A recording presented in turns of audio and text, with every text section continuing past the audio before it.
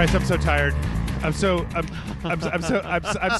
tired, Yeah. Bryce. And I know I say that every week, but this week I actually have a really good excuse for being tired. It's not just like staying up, watching JoJo's Bizarre Adventure, like staring at the wall, watching YouTube videos. No, as of last night at like 3 o'clock in the morning, I beat Deathloop after just like 3 days of just grinding. Like I ground it out. I was like, I can't stop until I beat Deathloop, and so I did. Wow. Yeah. There's I have played like an hour of Deathloop. I have not gotten. I'm barely able to touch Deathloop this week, Jeff. Yes. Wow. Okay. So then, give us the hot goss impressions on Deathloop. Well, before we do that, let's welcome everybody back to the Rage Select Podcast here, Rage Select. I'm Jeff. Hi, Bryce. I don't know why I feel the need to do that, because everybody like the name of the file, the name of the blog post, and like it's like the Rage Select Podcast with Jeff and Bryce, and I don't know why I'm just like. It's like it's a rule. I gotta say it, and so it's been said. No, you have to follow customs. It's true. I really like arcane games. Like, I actually talked to a couple of different people who were like, "This looks good, but I don't want to play it because I'm just not a big fan of like the way that an arcane game plays, a kind of like vent crawler, corridor shooter, that sort of thing." I, though, really like it. I like the ability to, like, kit out everything. And I really like... I forgot. I don't know how I forgot, but I forgot that after Arcane put out Prey, they put out Prey Moon Crash, which was a time loop roguelike thing, kind of like Deathloop, but it took place all just in one map. And so you would replay it as, like, different loadouts with different objectives. And it was kind of their prototype for this. And I really liked Moon Crash. And I really like Deathloop. It like the structure of it really works for me, because I feel like in a lot of times those, like in Prey or in Dishonored or something, like you can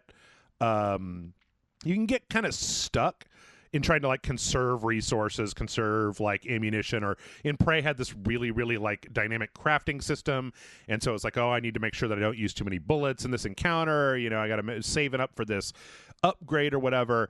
And because Deathloop is just like, well, you died, start over again. Like the amount of progress that you could lose by dying in Death Proof, like there's not even a quick save in the game, and it didn't bother me one bit, because it was just like, well, every one of these encounters could be, because you don't move on from an area until you choose to leave or you die. And so, but even if you go to an area and do kind of everything that's there, you're not looking at more than like 20 or 25 minutes. So it's like, it's fine. You can kind of go balls to the wall. You can try out different strategies. And if you lose, you can always just cycle the day back to where you started and just try it again. Like, you don't have to do it. And I think that's a really elegant way of solving the kind of like feature creep of people being too conservative with their resources. And so it really just kind of was like, here's a game like Prey, but you're free to just use your most powerful stuff. Like the energy on your powers just recharges constantly, so you don't have to worry about like energy management. Oh, do I have batteries? Am I going to get an upgrade? You can kind of just like go at it with whatever you've got. And then at least for the first like 10 to 15 hours of the game, I never left a loop without new information, a new gun, a new trinket to infuse to take to the next thing. It wasn't until I got like way deep into the game that I was like, okay, I have my loadout. I know what I want. I've got these slabs with these powers. I got these guns with these trinkets. I've got these character trinkets, and that's what I'm going to use. So it was great. It was lovely. In fact, there's a whole bunch of stuff that's not like an actual, there's a bunch of like missions on the map, but then there's like, I don't know, maybe I don't want to go, I want to spend the entire front of this podcast just gushing, but like, I don't know, you were confused, I think, when we were seeing trailers for Deathloop about how Deathloop would work. And right. I talked about it a little bit in the videos, but like just as a brief rundown, it's like you have this island and it's divided into 4 areas, and then you have 4 times the day. You've got morning, early afternoon, late afternoon, evening, and so you can go to one area in one part of the day, and then when you leave, it cycles the clock forward one. So you can't go to all the stuff in the same day. And so you've got 4 areas, 4 times a day. You've got 7, 8, you got 8-ish targets, these characters called visionaries, and you have to figure out how to kill all 8 of them in the same day in those 4 time slots. And so you do that by going on these quests to get information about the various characters. And I love the quest structure in this because you really get to know every one of the visionaries. Like, you really get a sense of who they are. Like, there's this kind of like a dude that's making a game, and there's like this artist lady, and there's like kind of a religious fanatic, and there's like this corporate guy, and there's a scientist, and they all have a different story. And so in learning how to get them all together or get them in the right place so you can kill all of them in the same day, it's like you're forced to really learn a lot about each individual character, so that by the time you kind of get to the end, it's like you've been forcibly immersed in the storyline in a way that I feel like you can miss in other games of this sort. Like, there's a lot of stuff to read and listen to. They do, though. I want to give this game, I want to put a gold star on the fridge on this game's book report, because this game has audio logs, and when you hit play on them, you can walk away from them, and they continue to play as you go and do other stuff. I hate it when games make you stand next to the fucking tape recorder. But yeah, there's still, like, I got to the end of the game, and I know a lot about it, but I feel like there's still more, because there's a bunch of little sub-quests that aren't directly... There's, like, items of interest that you'll find that aren't, like, a quest line. Like, there's quest lines for setting up this elaborate kill, and there's a quest line for, like, getting all the powers, and there's a quest line for, like, a few different special guns that you can pick up. But then there's also just, like, I saw this one, I haven't even done it yet, where it's like at a certain time of the day, I think it's in the late afternoon, everything freezes over, and so there's like 2 guys that are waiting until it freezes over so they can go out on the ice and check out this plane that you can't get to normally. And I'm just like, I haven't done that one yet, but it's really great. Like, I had a hell of a lot of fun with it. I don't know, what has your experience been in the hour that you played, Bryce? Very basic. I don't think I've gotten to any. I don't have any. I'm not even in a point where I can control where I'm going or when. That's how very little of that game I've played so far. I think the thing I'm finding friction with right now, so early on, is I don't play a lot of shooter games, and so I feel a little self-conscious playing it. I feel a little bit wanting to be overly cautious, especially when it seems like the alert system and the stealthy parts of this are really forgiving. So I need to give it a little more confidence. I need to be a little more I need to pop off a little more. Well, I think the other thing I think is really, like, I think where you are right now, because I'm not sure where you are in the story, but like, when Jason and I played it for our videos on Rage Select, I had already played the game for like 6 hours, then I just reset it and started back over again because it's fine.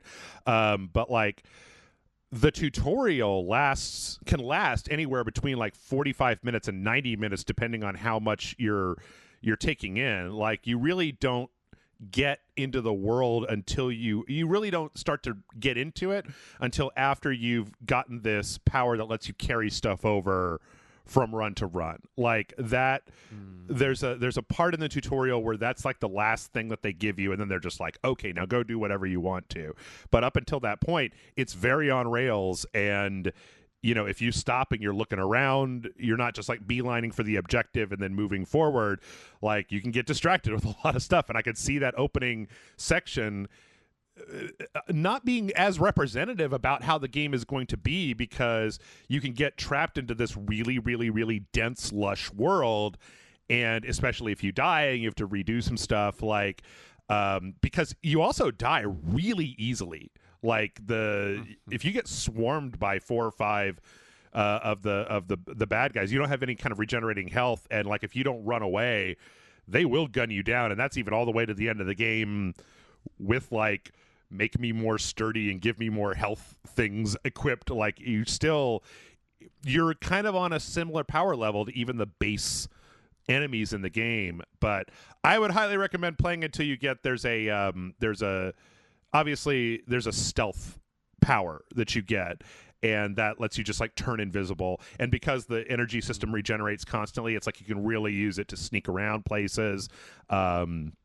and really just kind of explore more at your leisure. Like there's also some silent weapons in the game, so once I had like the turn invisible, like the turn invisible also has a like if you shoot somebody you don't turn uninvisible, and then there's another one that's like if you're not moving you're not actually using the invisibility meter, right? So if you stay still you'll just stay invisible forever. And once I had those two equipped, it was like this is where I live, right here in the just like oh, they saw me, I'm gonna run over there, turn invisible, and then just sit there until everybody forgets that I was a thing and goes back to their weird 70s drug parties or whatever they're doing. So yeah, I think the other impression that I've got being so early in the game is that I would like to, I think maybe just the next time I boot it up, just start over from the beginning again and try to have a game session, a starting game session that kind of gets all the way to that end of that kind of opening up moment to kind of take it all in. Did you stream it? Because I wasn't streaming it. Oh. Which is probably why I didn't get so far. No, but I really like it. Like I like Arcane's games, and there's nothing else that's quite like them. Because Deus Ex has gotten kneecapped by Square, and it isn't like a really super popular style of game, the kind of 0451 vent crawler type of thing. But I don't know. It's great. Like, I think I've even beaten the game. I've seen there are 3 endings. I've seen all 3 of them, and I still want to go back and try some of the other stuff because there's also some story stuff that I just think is not explicitly spelled out that you just have to go find for yourself. Like the story of breaking the loop is like the main story, but then Colt's backstory and some of the stuff going on there, like there's other stuff in there that I haven't found yet, and you can really just stumble across things because every single area is dense, and then it has 4 states, so you could just kind of keep going through and figure out what's going on. But have you done any of the Protect the Loop, the online PvP stuff at all? No, when I played it, I mostly played it. I turned it to offline because I didn't want to I really just needed this game directly in my veins, and I didn't need to be thwarted when I had an objective by some like super good online 14-year-old coming into my game and blasting me when I wasn't looking. Now the flip side of that is that means that when Joanna invades the game, it's not that big a deal because it's an AI and the AI is good, but it's not exactly, nobody's overpowered, so it's pretty easy. Like, you can turn invisible and then Joanna doesn't know where you are, and then you'll eventually spot her like walking in a place. You can sneak up behind her and kill her in one shot, or you can, hit her with like a long range weapon or something. But yeah, I don't know. For what I paid, I feel like I totally got my money's worth out of that game. Yeah. So that's, oh my god, that's so much time already spent doing that. Before we jump into the news, Bryce, I made you watch Marvel Studios' Hawkeye trailer. Give me your brief impressions. It seems fine. It seems better than the Falcon Soldier show. It seems like they did a quippy kind of roguish guy story, but it actually seems like he can pull it off. I don't think that the Falcon Soldier guys had the right chemistry. This seems fine. This seems fine. The thing is, I was telling you before, I'm a little bit more excited about this. One, I'm excited because it's a Christmas thing, and I love Christmas themed anything. Like there was a Christmas episode of Ted Lasso, and I was just like, oh, I remember Christmas. I love it so much. But the other thing is that this is based on like this just universally lauded Matt Fraction Hawkeye, like run on Hawkeye, where it's about him like trying to keep people from muscling lieutenants out of this building, and it's kind of this weird comedic slash lo-fi superhero thing with him and Kate Bishop is and so I looked back and I was like, well, the last of the Disney Plus things, and I haven't really watched What If at all, but the last of those that I really, really liked was WandaVision, which, as I understand it, is very much based on a specific comic, and whereas Falcon and Winter Soldier and Loki, I believe, are like an amalgamation of things, like this is a little bit more direct, or it seems for all indications to be a little bit more of a direct adaptation of what is considered like it. No comic book fan will shut the fuck up about Matt Fraction's Hawkeye. They're all just like, you got to read Matt Fraction's Hawkeye. And I'm like, no. Yeah. I'm going to wait for it to be a show. So, I don't know. Plus, Hawkeye gets boned in the MCU, you know? He's always, like, gone, or he's with his family, or he's emo. Like, they never give him any time to do anything. So I was just like, oh, Captain America and Thor are here. Fuck Hawkeye. I don't... So, yeah. And the other thing I will say I'm excited about is it seems like we are starting to see the building blocks of like the Young Avengers being part of either the MCU or this TV universe thing that they've got going on here, and that'd be cool. I kind of like some of those comic runs. It would be cool to see some of those characters show up in live action. Yeah, yep. So I don't know. I mean, obviously, I'm not going to cancel my Disney Plus subscription. It's not like I'm going outside anytime soon. I need something to do. Well, you know what? If you need something to do when you're inside, THQ Nordic just had a big stream where they announced a bunch of games, and this was. How much of this did you get a chance to watch, Bryce? I gotta ask. I skimmed through it to see kind of what the caliber of games we would be kind of talking about is. This is really, really strange because they're. Like, I think the thing that people expected from THQ Nordic was Darksiders, and, like, spoiler alert, Darksiders 4, there's no Darksiders anywhere in here. And so what we're getting is a lot of, like, there are a lot of sequels to games that I don't really, I mean, okay, there's SpongeBob, there's Destroy All Humans, those are the big ones. But then the rest of everything in here is, like, does anybody remember Outcast? I remember Outcast, but I remember playing it and being bored of it in 1999 when it came out. Like, were people clamoring for Outcast 2? Like, I know they did a remake on the PS4, and I don't think that even sold very well. So, like, what are you doing here, THQ Nordic? Or, like, why all this fanfare with Jeff Keighley sitting in front of Darksider statues to tell you about a bunch of games that are not Darksiders? Yeah.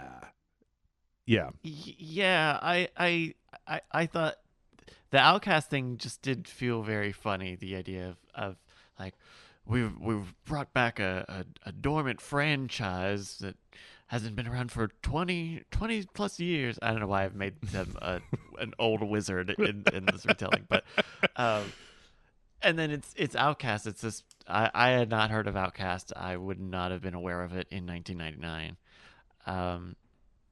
So it was very underwhelming. It was underwhelming in a way that kind of a lot of the THQ thing felt. Okay, yeah, a new SpongeBob game. We're making our big headline moment a licensed TV game. Okay. Yeah. Okay.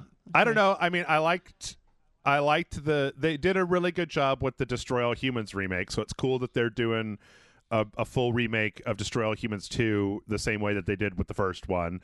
I didn't play the Destroy All Humans when they came out, so, and the thing is that from the remake of Destroy All Humans 1, it was like, you know, they updated all the visuals, but then the gameplay was pretty much the same, so it felt like a PS2 game just with really, really good graphics.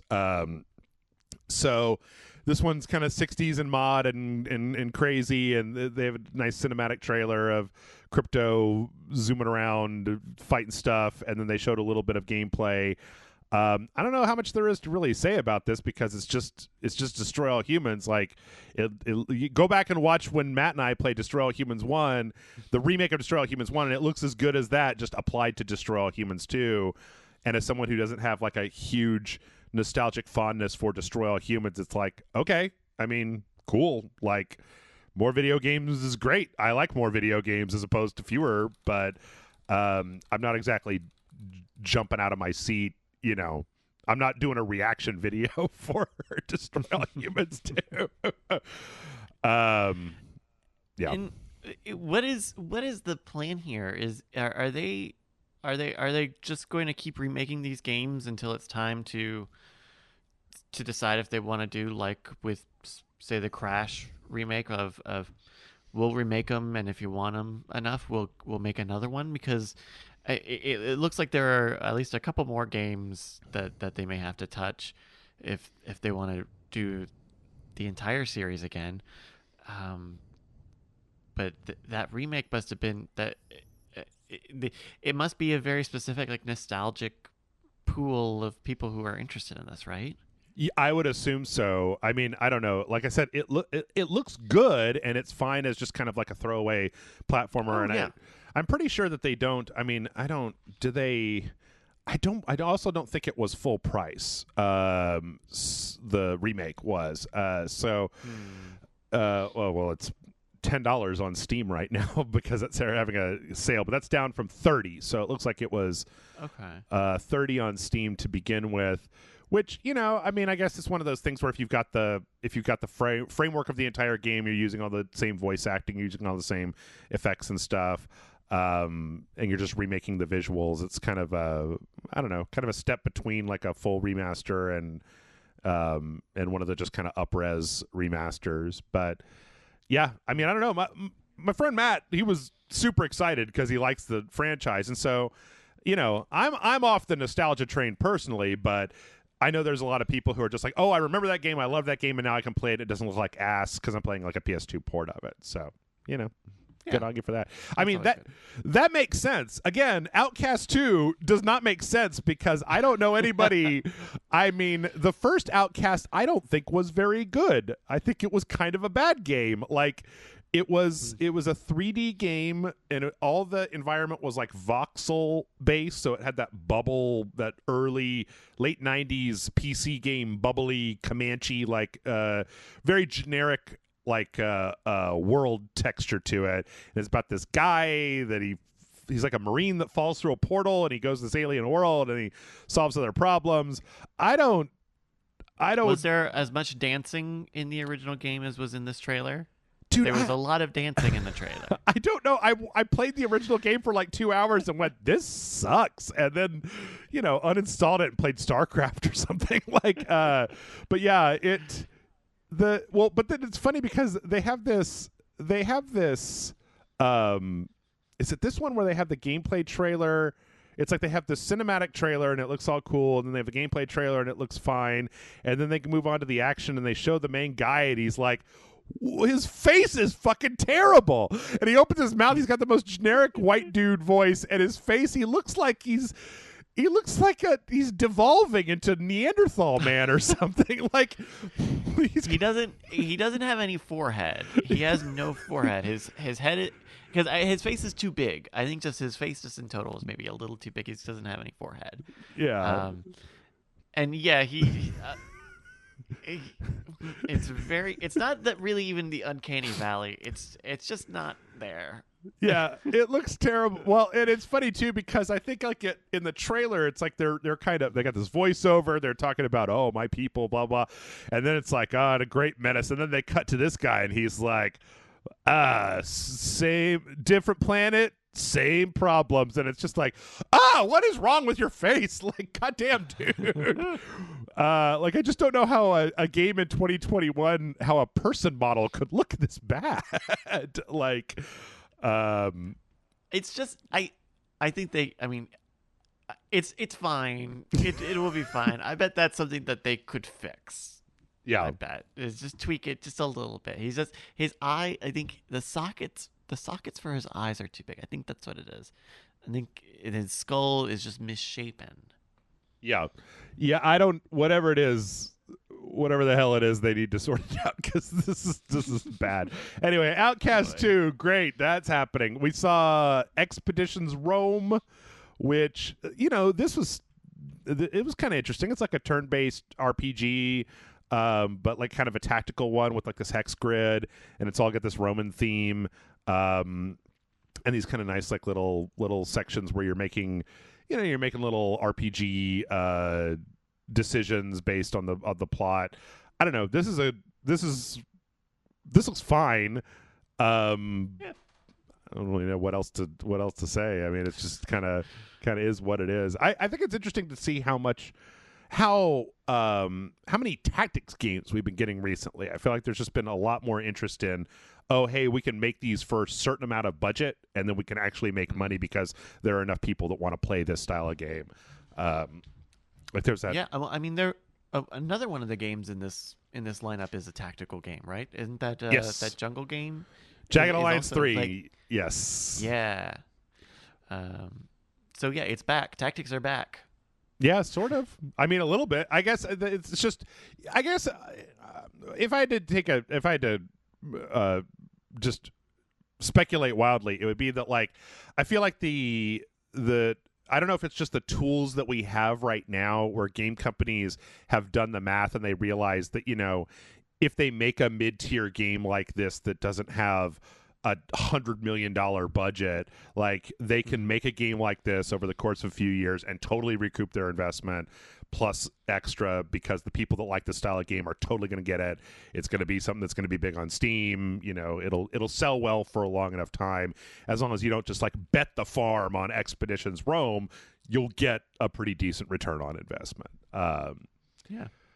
On the other hand, I don't have any idea what the hell with MX versus ATV Legends. This is just like a racing game. It's like dirt bikes versus ATVs, and I have as little to say about this as I do any other racing game. I had nothing to say about Gran Turismo last week. I have nothing to say about MX versus ATV this week. So, I mean, they didn't show anything to talk about anyway.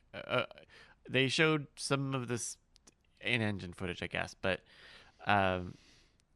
whatever. Oh yeah, there's not. It's hard. I would not. Okay, now I'm re-looking at some of this footage. I would think I would not want to judge this game based on footage like this. Footage that is clearly this early. Yeah. It just looks very basic. I mean, it looks like a basic race. I mean, maybe just copy and paste everything I just said about tactics games, and like, if you make a racing game and you give it a modest budget, and racing enthusiasts are always looking for something new to try out, and they'll be totally willing to spend $40 on it and give it a shot, play it for 3 weeks, and then throw it away. Sure, whatever. On the other hand, I have no idea who Superpower 3 is for. This weird political / war / Civilization game. Maybe it's for Civilization people, but like, I had to go look up what does Superpower 2 look like, and it's one of those games with a big world map and a bunch of boring screens with like charts and tanks and just numbers all over it. So yeah. What is surprising about this is not the fact that the game exists, of course, but it's that it's got a very flashy trailer, a flashy cinematic trailer that they showed off for, you know, kind of what Jeff said is a very user interface focused game. You know, you're at a world map and you're making big, you know, G8 type decisions, but it's got this cinematic. It's got this like Tom Clancy's like The Division grade CG trailer. Look at this. Look at this screenshot from Superpower 2. Unit market. It looks like it looks like a programming. It looks like I'm trying to find files to delete to clear space off of my hard drive. Like, this is not. It's like I'm trying to manage my After Effects plugins or something, like, in order to render this tank correctly. There's a window called War List. It just shows the wars that you have. Here are the wars on the war list. This looks like every moment of an Armored Core game that is not playing the game. This looks like every other moment in Armored Core. Wow. There's a menu called International Laws, and it's. Oh, I gotta keep up with the laws. Demographic groups. Here's the Agrarian Party and their 3.9% stake in the political party. Dude, okay, wow. Yeah, get the fuck out of here. Superpower 3. LX2 was the next one. Apparently LX1 came out in 2017. It was by the same developer as Gothic, which was a well-regarded kind of fantasy RPG. This is like a post-apocalyptic kind of medieval, but there's also tech, but there's also like a guy with cyber swords, and there's monsters and stuff. My brain refused to pay. Actually, no, there was one part of this trailer that I thought was awesome. And it's when this guy's wife, it's like this guy, the grizzled protagonist, is talking to his wife. And his wife, there's obviously a baby in like a crib. And the wife is like,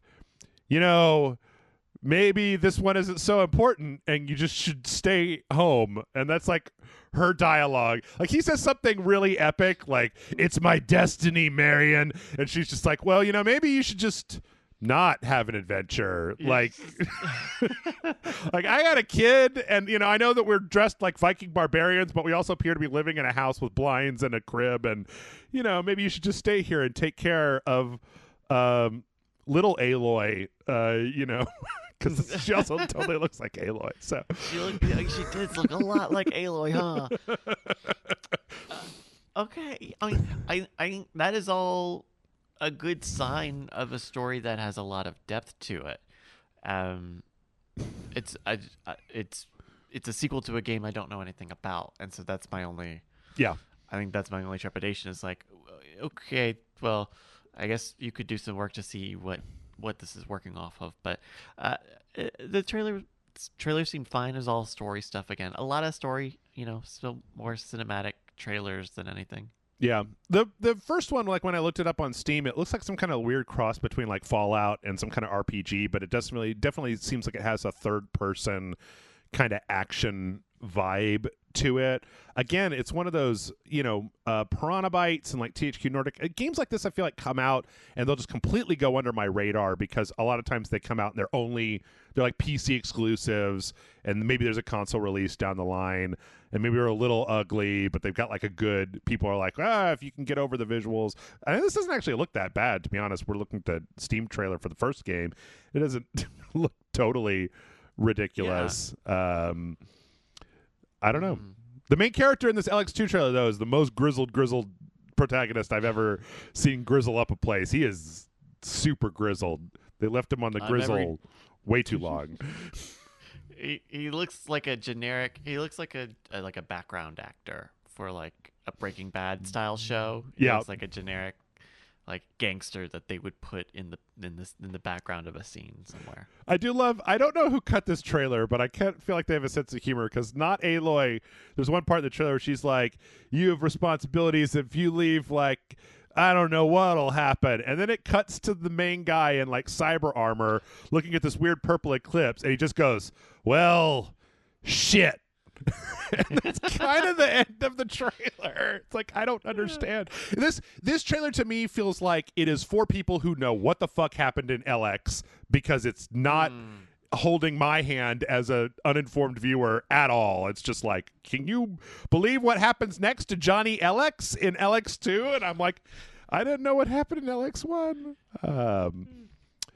Yeah, believe it or not, moving on from there, we mentioned it before, but believe it or not, like, Jagged Alliance is actually a really well-beloved franchise. I remember playing the first one of these when it came out.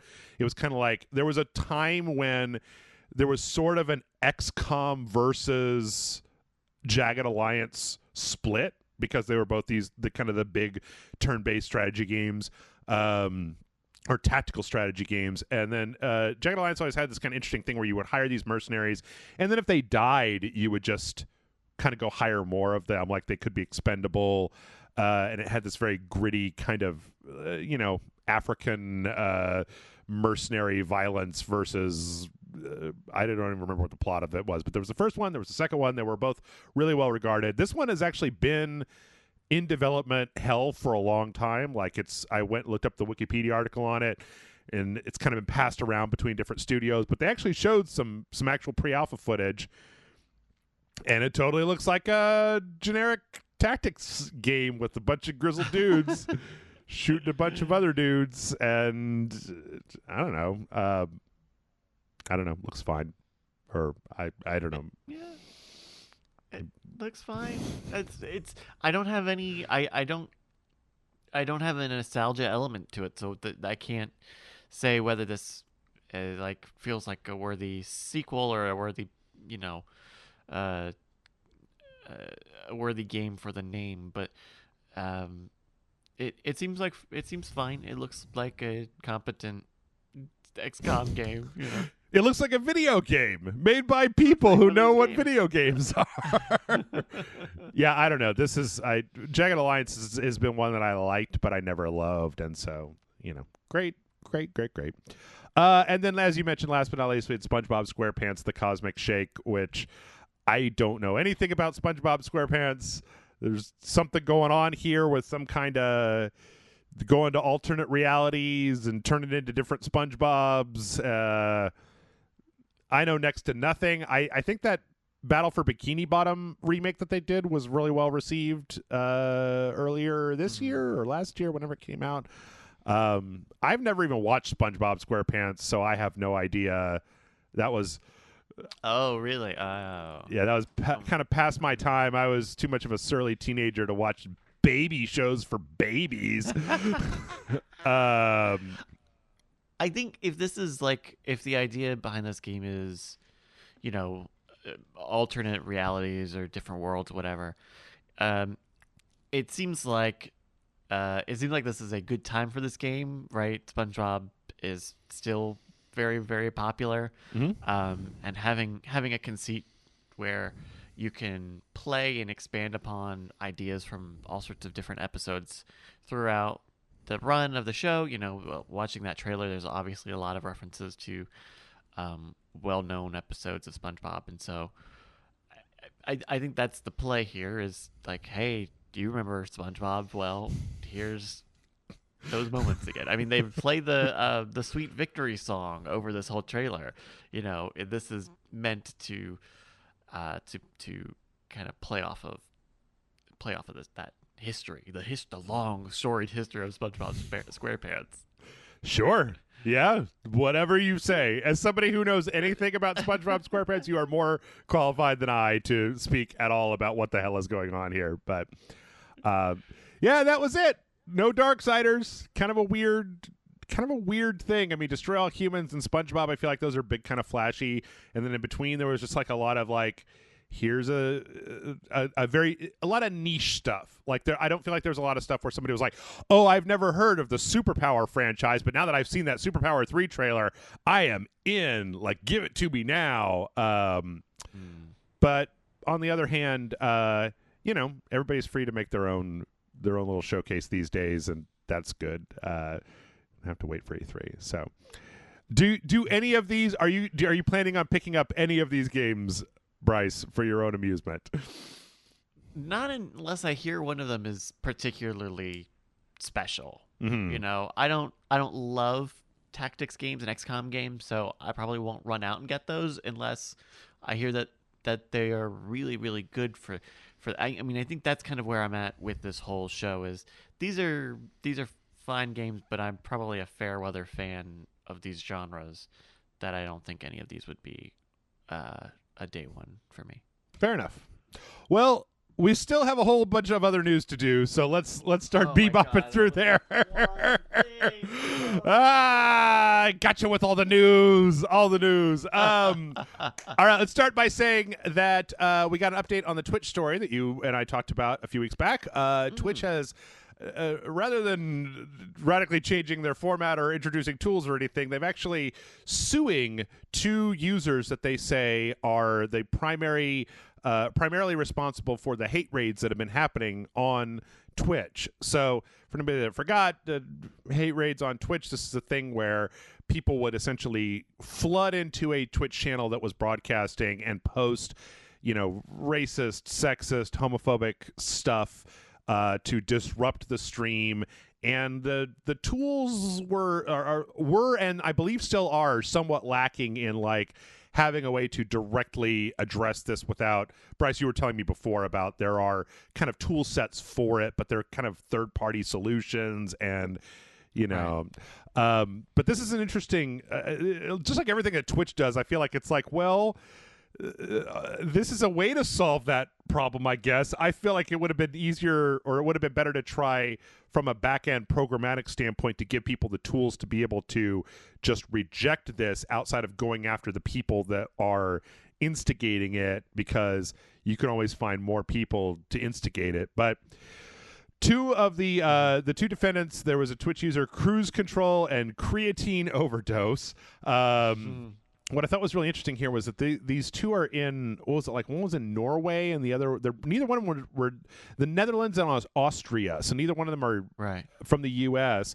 But they said that the accounts are responsible for like nearly 3,000 bot accounts associated with hate raids, and they're directly going after them because they're saying that they've created code to automate this and to get around Twitch's kind of blocking tools to try to keep this sort of thing from happening, and that they're essentially circumventing security in order to do this. And that's kind of the angle that Twitch is taking on why they are going after them, which I guess is a way to do it. But like, I don't know. What do you think about this, Bryce? I think this is something that they can do. I think this is a positive contribution kind of to solving this issue, right? Jeff, we would say we are familiar enough with, say, legal proceedings that happen in the games industry, where if you were working on a fan project based on a Nintendo game, we would say, hey, don't do that. Like, don't do that, right, because they will come after you. Yeah. And I think that there's a certain amount of Twitch trying to build up that reputation of, hey, if you build these tools, we will use our powers to stop you.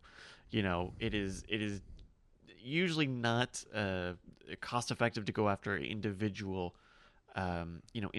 people who take part in things like DDoS or any sort of mass raid, but you go after the people who make software like this that automate part of the process or have control of hundreds or thousands of accounts, and then suddenly that's you're actually chipping away at the amount of power being put into this, and you create, at least you start to create this image where you take it seriously and you go after valuable targets, right?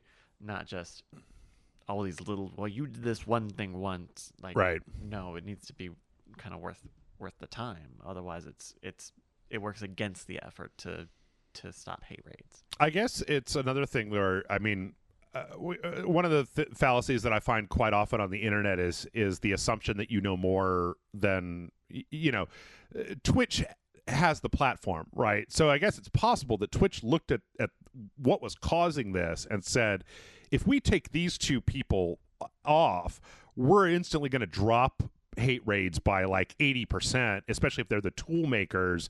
And if we can get them legally injuncted from using our platform, then the people that are left aren't even going to have, then we can update against the tools that they created, and then that should take care of what the rest of it is. I don't know. I mean, it's interesting. It's interesting because a lot of times with stories like this, it's like you just don't have the full scope, like, to understand.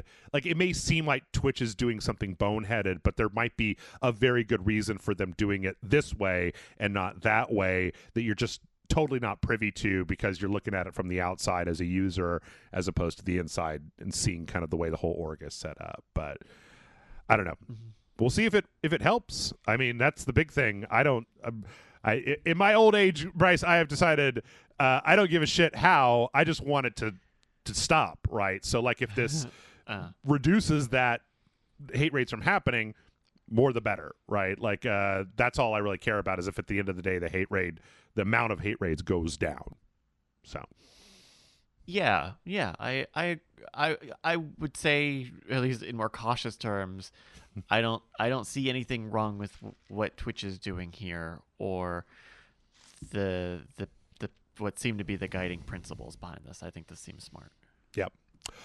In other legal news, we got a ruling on the Epic versus Apple lawsuit. That is still going on. I know it's been like 3 months or something since there was any real news to talk about.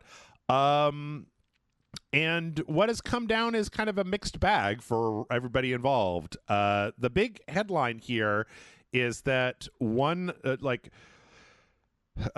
let's see. they favored in the judgment that happened. Apple was favored in 9 out of the 10 counts that were brought down, but the one that they were not favored in was that Apple has to open up their platform to allow third parties to accept payments not through the Apple payment system, which is pretty huge. I mean, a lot of the rest of this is like them upholding, like, yes, Apple can take Fortnite off the store if they want to. In fact, Epic has to pay them back. What was it for? $3 million. Yeah, for the amount. It was based on the amount that they made before they shut down, because this started when Epic gave users a way for them to get money around the Apple Store's payment. And they're like, well, that was still a circumventing. You did circumvent the payment processing in, and probably violated some EULA restrictions or whatever the agreement was between the two of them. So they do have to pay Apple $3.65 million for what they got plus damages. So most of what happened here was not exactly, this suit. Epic wanted this suit to really just blast open the whole Apple ecosystem, let you install third-party stuff, let people get around the App Store restrictions, all that. And it looks like most of that didn't happen, but the big one is that Apple does have to accept payment from other outside sources, which is... Oh, they also can't restrict companies from, like, emailing their end users, from, like, directly contacting users that use products from the Apple Store. And I think both of those, both of those I think is a good step in the right direction. I personally am not a big fan of these sorts of locked ecosystems like the Apple Store, so I would rather see the whole thing blown open. But on the other hand, getting something is better than getting nothing. So that's kind of where I am at the moment. I don't know. I don't know. I feel a little strange about it. I think that there will be more hullabaloo to deciphering how Apple implements this. Right? Mm-hmm. There's right. This suit says that Apple has to allow developers and users to have a third party transaction. Does that mean that Apple just has to cut out a big hole in there? Can they make that an experience where they still have to have an API or something involved in that process? There was I wouldn't even call it a rumor, but I had seen the thought that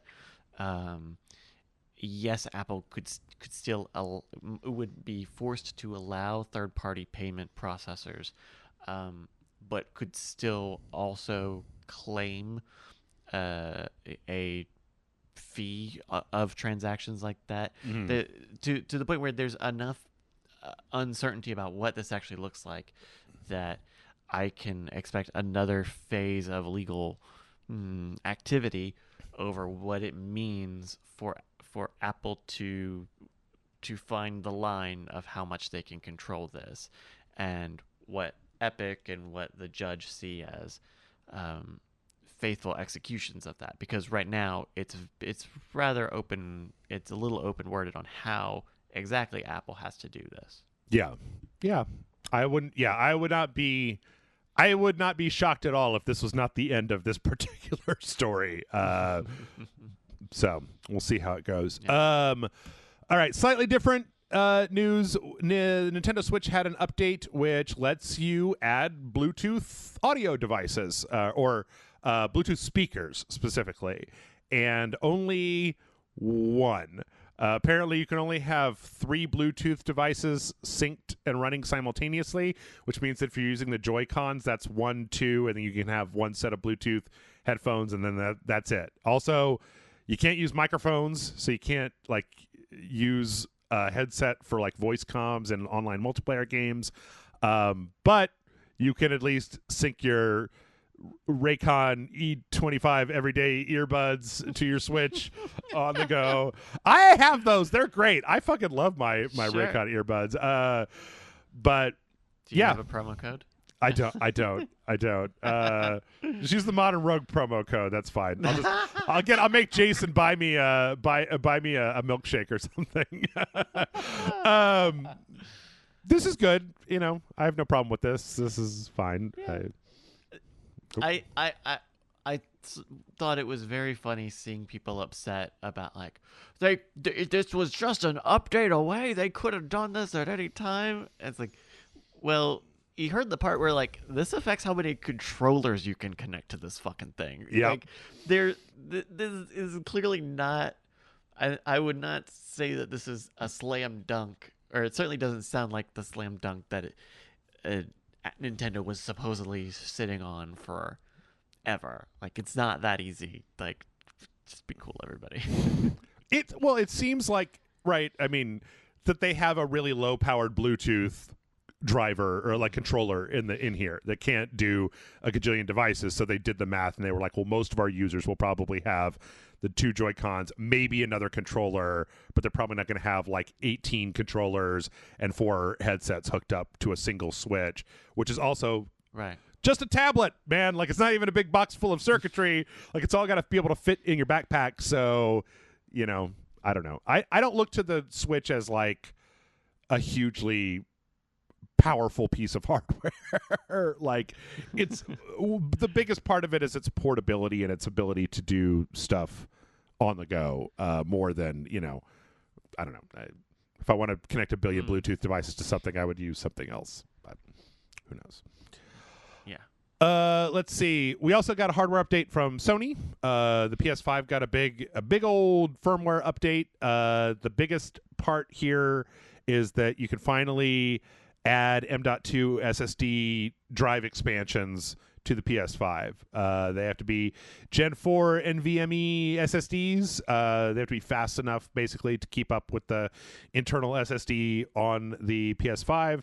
They also have to have a heatsink, which I thought was a little strange. They also made a couple of other changes. I think the biggest one, and the one that, because I have a fast enough internet that for me, I don't want to expand. I don't know. Do you have plans maybe to expand the storage space on your PS5, or have you found what's there to be acceptable, essentially? I haven't bumped up against it too bad. I think it will ultimately depend on what the next 12 months look like. Okay. If I'm on the PlayStation a lot, I find, oh man, hit after hit, then maybe I'll consider it. But I'm with you. Like, I'm fine downloading stuff and just offloading stuff that I don't need, as long as I'm not losing, you know, getting titles unlisted or something and I can't play them again. Sure. Yeah. I mean, a lot of it too is just going to depend on. I mean, I pay through the nose for really fast internet so that I can download a game in 20 minutes. Mostly because there's been a lot of times on Rage Select that there have been problems with like, oh, there's an update and now it says it's going to be 4 hours, and do I want to play the game with the update or without the update? Right. You can also now customize the control center, which is cool. That's the thing that comes up. The first thing I did, Bryce, was move the power button all the way to the left, because when you hit that and you go down, now you can just hit one. Because I wish they would give me the option to just turn off the power with the power button. That is my main feature request, Sony, is I want my PlayStation 5 to be set up so that when I hit the power button on the front, it doesn't put it in suspend, that it turns it all the way off, because that's what I want to do. I don't want it to sit and suspend. I want it to go off. I'm fine with the time that it takes to boot back up. There's a few other things in here that were, there's some messaging stuff and some trophy stuff. But then the other really big thing with this is that have you done this update on your PS5, Bryce? Not yet, no. Okay. The other big thing that I think this does that I was really, really, really happy with is that the games in your game list now basically say, they have a little chevron next to them that says PS5. And the PS5 and PS4 versions have been split into 2 icons, and when you hover over PS4, it says PS4. Oh. So, and when you're right, I have this update. That's right, because I've seen that, and it's really helpful because I just as recently as a month or so ago, I didn't realize I had downloaded both versions of Chicory, and now I could see them both on my home screen. Yeah.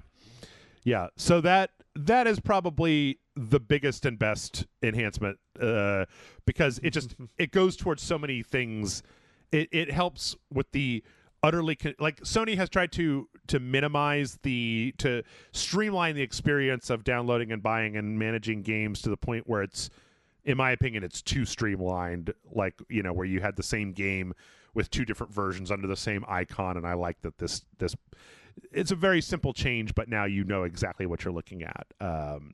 Especially the PS5 chevron is like, it's white with a black background, and the PS4 version is black with a white background. So they very much, they very much stand contrast. out. They don't yeah. Yeah. So, let's see. In other Sony news, we found out that Gran Turismo 7 is going to need to always be online in order to play the campaign, not just online play, but to play the entire game. It's going to have to be online all the time. The only part that you can play offline is the arcade mode. Apparently this is because they are worried about people doing like save game editing, and it's supposed to be a security/continuity thing to keep people from cheating online. Heck, this is a thing that we've heard a million times before. Apparently the Gran Turismo subreddit is not especially happy about this because it means that if the servers are down, you can't play. It means if your internet goes out, you can't play. It means if there's any interruption of service, you can't play the game. And I feel like what are we, like 10 years into this now, into the always online thing, and that there's just too many examples of like, oh, something beyond my ability to control has happened that is now my internet is unavailable, and now I can't play the game that I spent the money on, and that irritation is more damaging than the irritation from the nebulous people online will do a thing that we are protecting you from problem. Yeah. So. I mean, look at Drive Club and Sony, another kind of sim style racing game that Sony published that is offline, right? I mean, you can't really do much with Drive Club anymore. I guess there are some single player things to that, but it's very difficult to say. I don't know why. I don't know why they don't have a better excuse than this, right? Unless because if they don't have one, then my next sentence is, so this game's gonna have microtransactions, right? If they care about cheating, then the reason they would want to protect against cheating in a non-multiplayer game would be because there's a profit incentive to do this. Unless there's a multiplayer element to campaign mode I don't know about. Maybe there is. I don't know enough about GT or GT7 to say, but if this was just a story mode, why it wouldn't need this feature? It would be a waste to do it, right? It would be more expensive to make a mode like this that is always online. Yeah. If there's not a transactional element to it. That was doing all these security checks just for the reasoning of like, well, we want to make sure that you don't have a bad time if you race somebody online. And how often is it? How often do people even? I mean, I know that there's some way to do it, but like hacking the save game from a console and then getting it back into the console, I don't know. The only article that I found when I typed in Gran Turismo 7 microtransactions is from AndroidCentral.com, so I don't know. The authority. Yeah. One of the questions remaining here is whether there will be any microtransactions to get more, but yeah, almost certainly, because as you said, otherwise why go through all the bother? You just, do security updates to get rid of corrupted save files rather than this constantly monitoring setup. Right. So let's see. We also found out that apparently God of War Ragnarok is going to be the end of the God of War story. So rather than having a trilogy, they're just going to have two. Cory Balrog said that it took them 5 years to create the first God of War, and that Ragnarok, it looks like it's going to be about another 5 years, so it'll probably be 2023 before it totally comes out, and that if they did that having this entire trilogy would have taken them like 15 years worth of development time, which and then apparently the writers for the story were like, we can finish this up, like we don't have to rush it to finish it up in the second game. We can totally do this in 2 games, as opposed to sticking to a trilogy because arbitrary trilogy thing. There are a lot of trilogies. Right. One of the things that I didn't realize was apparently like the from the original God of War to God of War 3 was 2005 to 2010, so it's 5 years for all 3 of the first God of War games, which is blistering by our current standards of AAA game development. So, absolutely. Yeah. I don't know. This is refreshing. This felt good. This kind of felt cool to see them say, yeah, we don't need this to be 3, so we won't have it be 3. Yeah. Like, that just felt cool. That felt really really nice.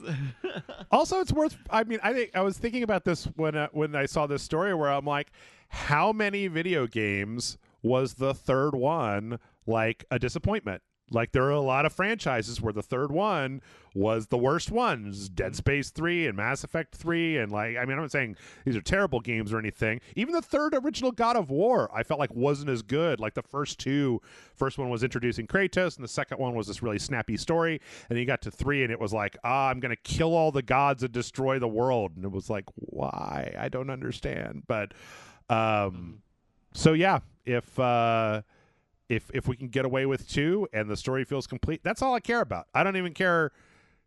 All I care about is the ends, right? Like, is the story complete, and do I feel satisfied at the end of God of War Ragnarok? If yes, then happy. If not, then I will move on with my life because it's just a video game.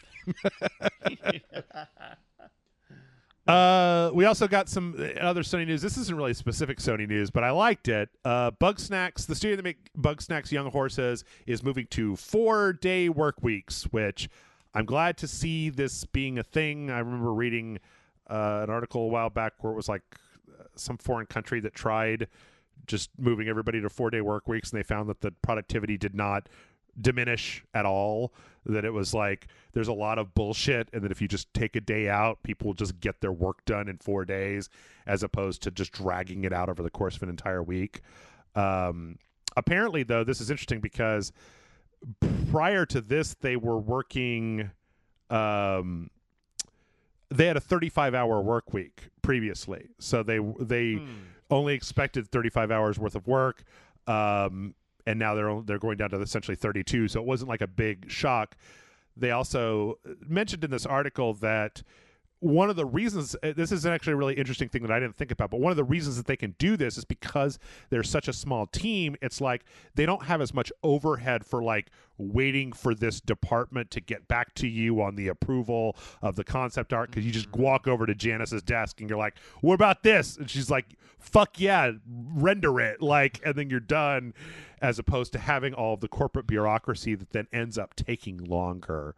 I don't know. I've never actually worked, though, a job that had like a codified short work week, but I'd like to. I don't know. Wouldn't that be swell, Jeff? Wouldn't that be beautiful? I thought this was cool. I think they make an interesting point here. That's like the quote, might as well give people the peace of mind that they can relax doing their own thing on their own time than have someone feel guilty for doing it at work. Which I think is a very like a refreshing understanding of what it feels like, especially when you're working a tech related job from home, right? Mm-hmm. There's a certain amount of goofing off that you do, and if you know, oh, you know what, actually I'm working less, so maybe I'll focus a little more, and then I'll be able to have that time more dedicated to being in this bigger pool of I'm not working right now, rather than I should be working, but I'm kind of for the next half hour, whatever. There's a lot of as I haven't worked that many jobs, and a lot of the jobs that I've worked in an office or I worked at a call center, I worked at a repair shop slash like computer store, and both of those jobs it was just nonstop busy all the time. But there have been a few times in my life where I've worked at places where there was quite a bit of like, you're on the clock, you're at the office, but you're looking at fucking Facebook. Like you're not working. You're just sitting in a chair at a job, and I guess that counts as working. Or you're like in a meeting that happens every week, and you're like, there's no reason for me to be in this meeting.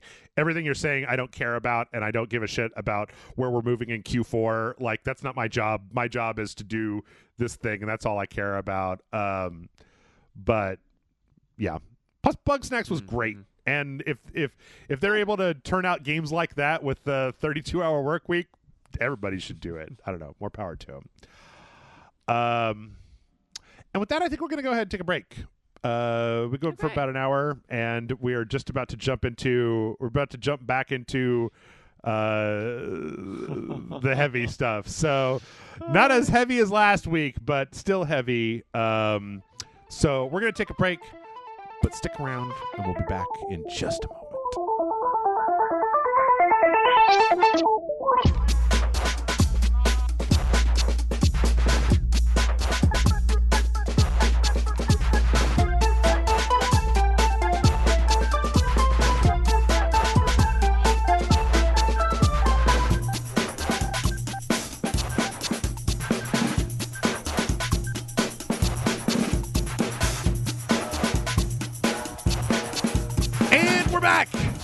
And I wish I had something more exciting and positive as we come back, but you know, Activision Blizzard continues to be a thing. So the latest update that we got this week is that the what are they called? The a Better ABK group, which was Activision Blizzard King. It was kind of the semi-union, kind of just a worker collective kind of group that formed out of all of the stuff that happened, has filed an unfair labor practice lawsuit with the National Labor Relations Board against Activision Blizzard.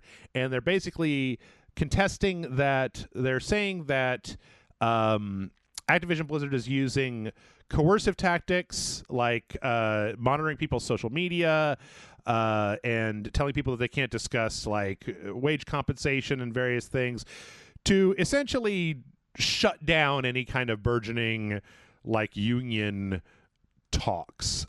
This is probably I feel like some of this is probably the fact that there is a lot of like this stuff was probably baked into really oppressive contracts that people signed initially, but that it is probably being used then. Apparently EA or Activision Blizzard has like a fairly big social media or fairly broad social media clause in their employment contracts about what people can and can't say, and that this is all being used to essentially, you know, shut down various employees sharing their stories, talking with each other about what can be done, you know, collective action, that kind of thing.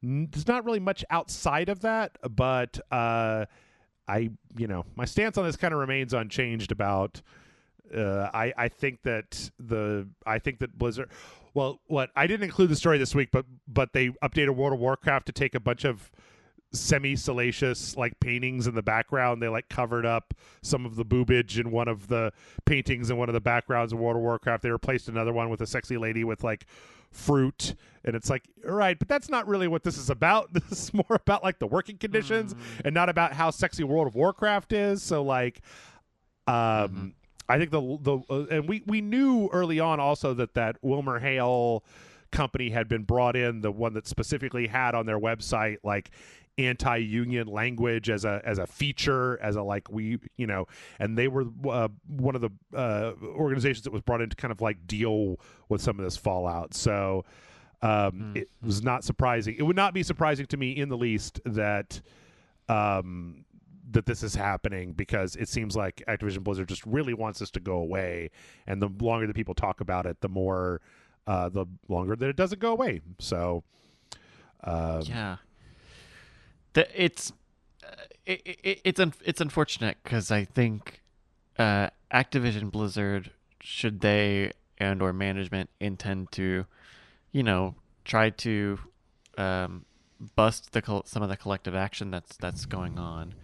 I think that they have enough money and legal firepower that they could do that they could swamp, all of these employees who would disagree with what they end up deciding on handling these things. It's I think that's the kind of unfortunate thing is, at least to me viewing the situation, it seems like Activision Blizzard is looming over these employees in a way that says that however bad Activision wants to make this for them will be as bad as this will get. Yeah. Because I think, because this is not a unionization story, right? I mean, they are they're collectively trying to deal with management together as one group, but it's not a union story. I've seen some people say that this is like a union thing. It's not. It's a lot of methods and a lot of ideas, but this is not, a union wouldn't have solved this. Right. A union doesn't solve a workplace culture that includes, people below management. Yeah. Yep. I agree. And I think we're just going to have to see how it goes. I don't know. Yeah. I hope this gets straightened out in a way that makes Activision Blizzard a better company to work for, because as is right now, it just all sounds terrible, but that's not exactly a unique thing when it comes to the video game industry. Case in point, the incoming Paradox CEO went on Twitter to... this is a really weird thing. I think this is... there's some kind of I saw somebody on Twitter say that this whole Twitter thread that this person, Frederick Wester, put out was very much a you have to disclose allegations as part of a contract with the shareholders and stuff like that. But there was a recent survey, and this is at Paradox Interactive, that showed that there was some I didn't actually look at the survey, that there had been rumors about that it was not a great place to be. The whole Twitter thread here describes in the most broad possible terms that this Frederick Wester person, had some sort of incident in 2018 with an employee that made the employee feel uncomfortable, and that they have a coach and a mentor, that they went through an HR process of apologizing and then getting kind of coaching and training to try to keep or to try to change this behavior to make sure that this sort of thing doesn't happen again. But it's all very vague. There's no, I guess I'm not saying that I feel like we need to specifically know who exactly this happened to, but I think it would be interesting to know, or it would be maybe, I would like to maybe know what happened, because there are interactions that make somebody feel uncomfortable, and then there are interactions that make people feel uncomfortable. There's kind of different levels of severity there. So I don't know exactly what I'm saying here. I guess it was kind of weird to see this very broad, very vague story. When I look at this tweet, it's got 8 retweets, 131 likes, and 8 quote tweets. So it wasn't a big, it's not like a bombshell or anything. It's not a thing that went wide. But it also is kind of interesting just to see somebody voluntarily say, hey, I fucked up. I'm trying to do better. I don't feel like it's happened again since then. So, I think something that gets difficult. This happens a lot with it's happened a few times in gaming where, details don't come out and people want to know. And if you're of the mindset that you need to know specific details, more details than there are out right now, I would say maybe reconsider what your role in this is. Right. This is it sounds like a pretty serious work incident, and it also probably doesn't sound like it's for public consumption, right? There are other people involved who we don't know, and we don't know how comfortable, how much they want to know, and how much that really does for the public other than to make the story even more salacious or, possibly, we talk about quote unquote cancel culture. We talk about, people having a sort of bloodlust on social media. Yeah. And I think this is a moment where we can look and say, well, I don't know how much more we need to be involved in this, other than to know that it sounds like there's a process involved, that this incoming executive is trying to work through, I guess. Yeah, I guess it's interesting because your response there was very much speaking directly to my feelings, and I think that a lot of it is just that when I initially read this, what it was just that basic human thing where you're like, did you hear that Frederick did so? Well, what did they do? And it was like, I can't really talk about that. Like, no, come on. Why would you even tell me that something happened if you wouldn't tell me what happened? But yeah, I think you're right, because it does sound like this person is being upfront. I mean, I guess I would like to. I don't really know anything about this person, so I would like to assume that this is specifically a transparency thing, like they mentioned in this tweet. It's something where it's like, if this ever kind of comes out, I want to have addressed it and say that this was a one-time thing. I've apologized and I'm working on it. I'm trying to do the thing, as opposed to keeping stuff secret and then having it be a long drawn out pattern that then eventually results in some kind of big apocalyptic a reveal that makes everybody super uncomfortable. So maybe it's the best possible scenario. Maybe. And trying to have something that you can point to, in a few years and say, I don't know. If someone wanted to make this a thing and say, oh, don't you know that the CEO guy, he did whatever, you get a little bit of you get a little bit to say, like, well, here I really tried very hard to address this. So but it'll be worth seeing what does and doesn't come out about this. Yes, agreed. In other vague news, the voice actress for Bayonetta, Helena Taylor, basically was on Twitter, and she tweeted like, "Oh, I'm so happy that everybody, I'm so happy about the people that are into Bayonetta and all the, the support that I've gotten over the years from people." And then somebody responded and they said they can't imagine the character without her voice, and she responded saying, "Well, you might have to." And then somebody else responded and they said, "Well, what's that supposed to mean?" And she said, "I'm not at liberty to say." So the question here, this is another incredibly vague story. It's vague. We're the vague part of the Rage Select podcast, where it's like, something happened. What? I don't know. What does it mean? I don't know either. Like whether this is something where there's a contract negotiation problem, or whether maybe Bayonetta 3 is the last one that it's possible that might be what she was saying as well, that like Bayonetta 3 is going to be the last time that she reprises the role, or like I said, contract negotiation or something else. Maybe this is maybe Bayonetta has to go away to her home planet in the opening cutscene, and then the whole game is Jean and not Bayonetta. So I don't know. I wonder. I really wonder what that is. Because it could equally be all things, right? Yeah. It could be whatever her contract is only covers Bayonetta 3 and doesn't cover anything yet, and so she doesn't, she wants to have this certain negotiating stance, or maybe she knows she's been written out, or maybe her Bayonetta dies, or there's a new Bayonetta, but who knows? Yeah. It could be anything. It's so vague. That's so vague. It's so vague.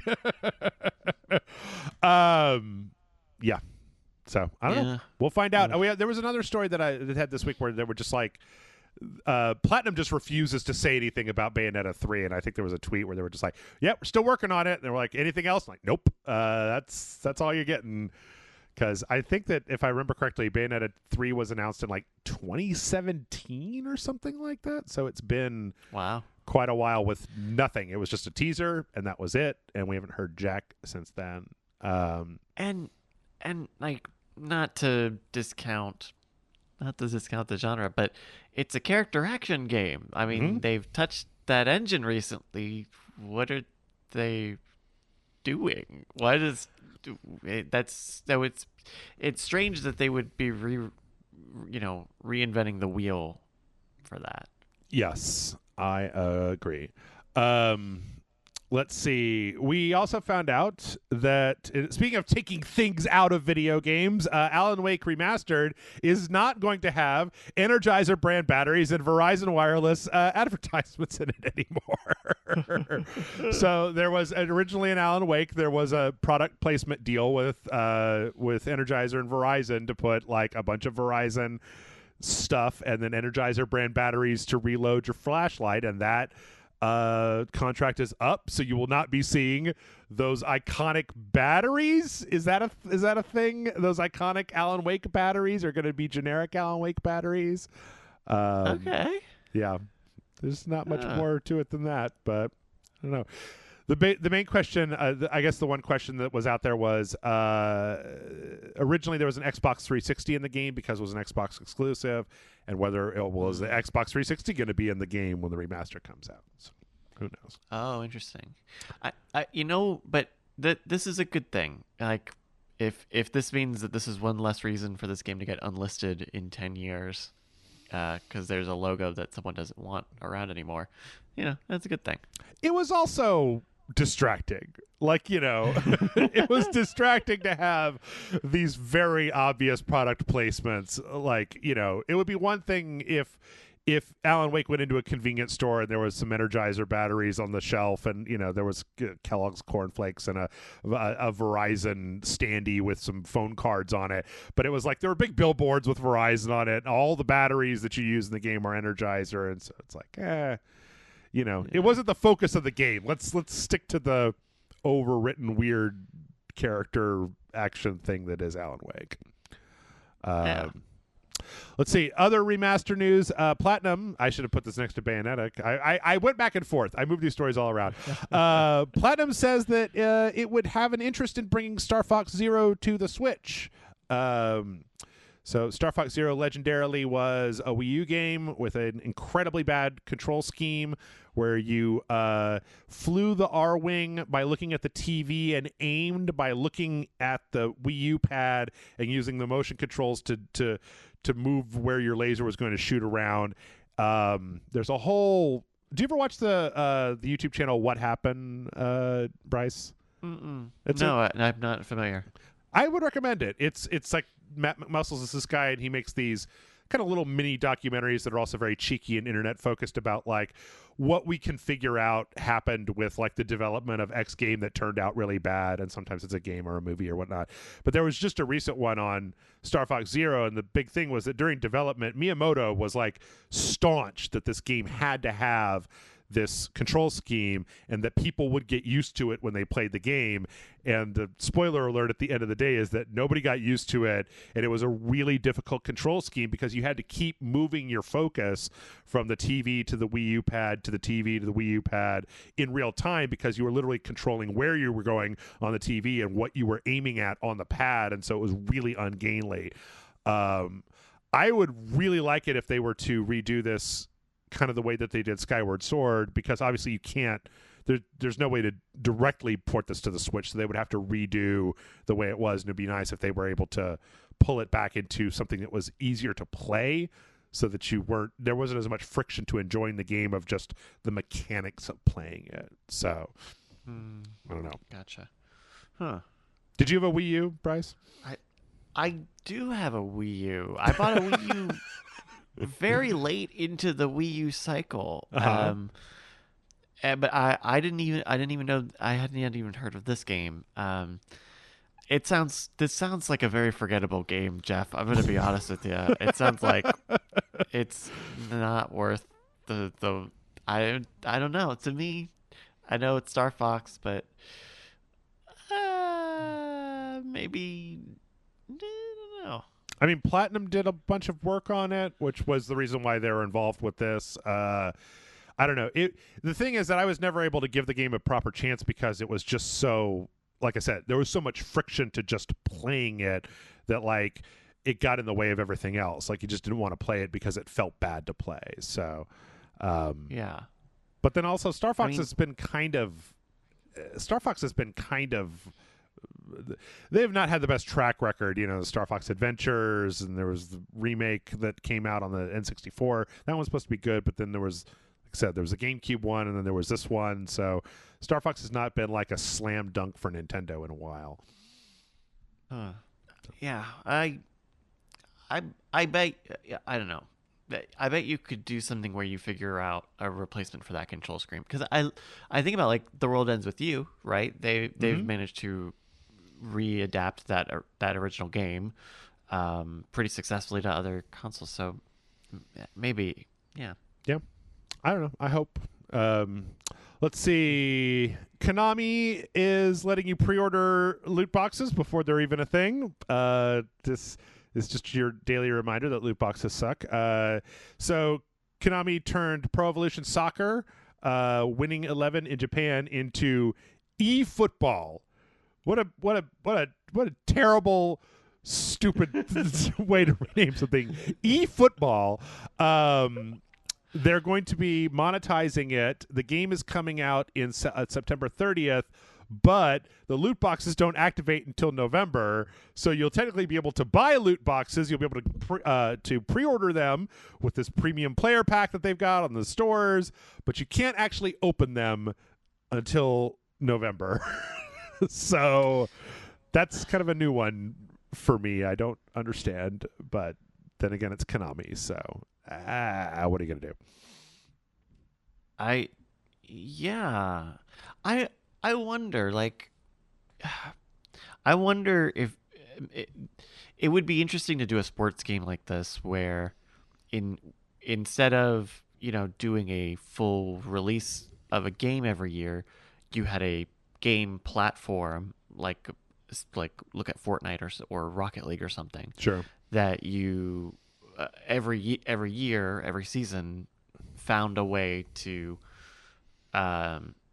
charge people for modern stats, modern players, $50-$60 of something, but you're not creating a bunch of discs and creating new SKUs every year. I wonder if this is maybe them trying to do something like that, or maybe they're just trying to do the quickest free to play FIFA competitor they can pump out.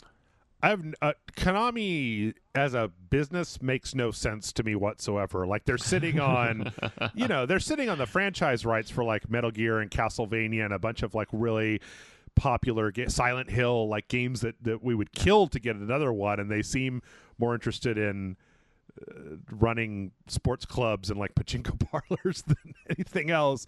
And I have no idea. Konami just in general is like, I don't understand you. I don't understand you, but I also don't understand Genshin Impact. I really tried. You can't start over. But this is a really interesting. Story. So apparently, there was a new character called Raiden Shogun who came out in September. She was in beta on the Genshin Impact beta server. In the beta, she's an electric character. I'm gonna try as much as possible to say these things, even though I don't know shit, and I just read this article. She was an electric character that seemed like she was going to have, because you have like it was like 4 or 5 characters in Genshin Impact that you can flip between, and they'll have like these elemental synergies that you can use to do big damage. And it seemed like this character was going to have a synergy with another electric character called Beidou, something like that. And then when she finally released, and so people after playing in the beta went and bought this character through their gacha loot box scheme or whatever.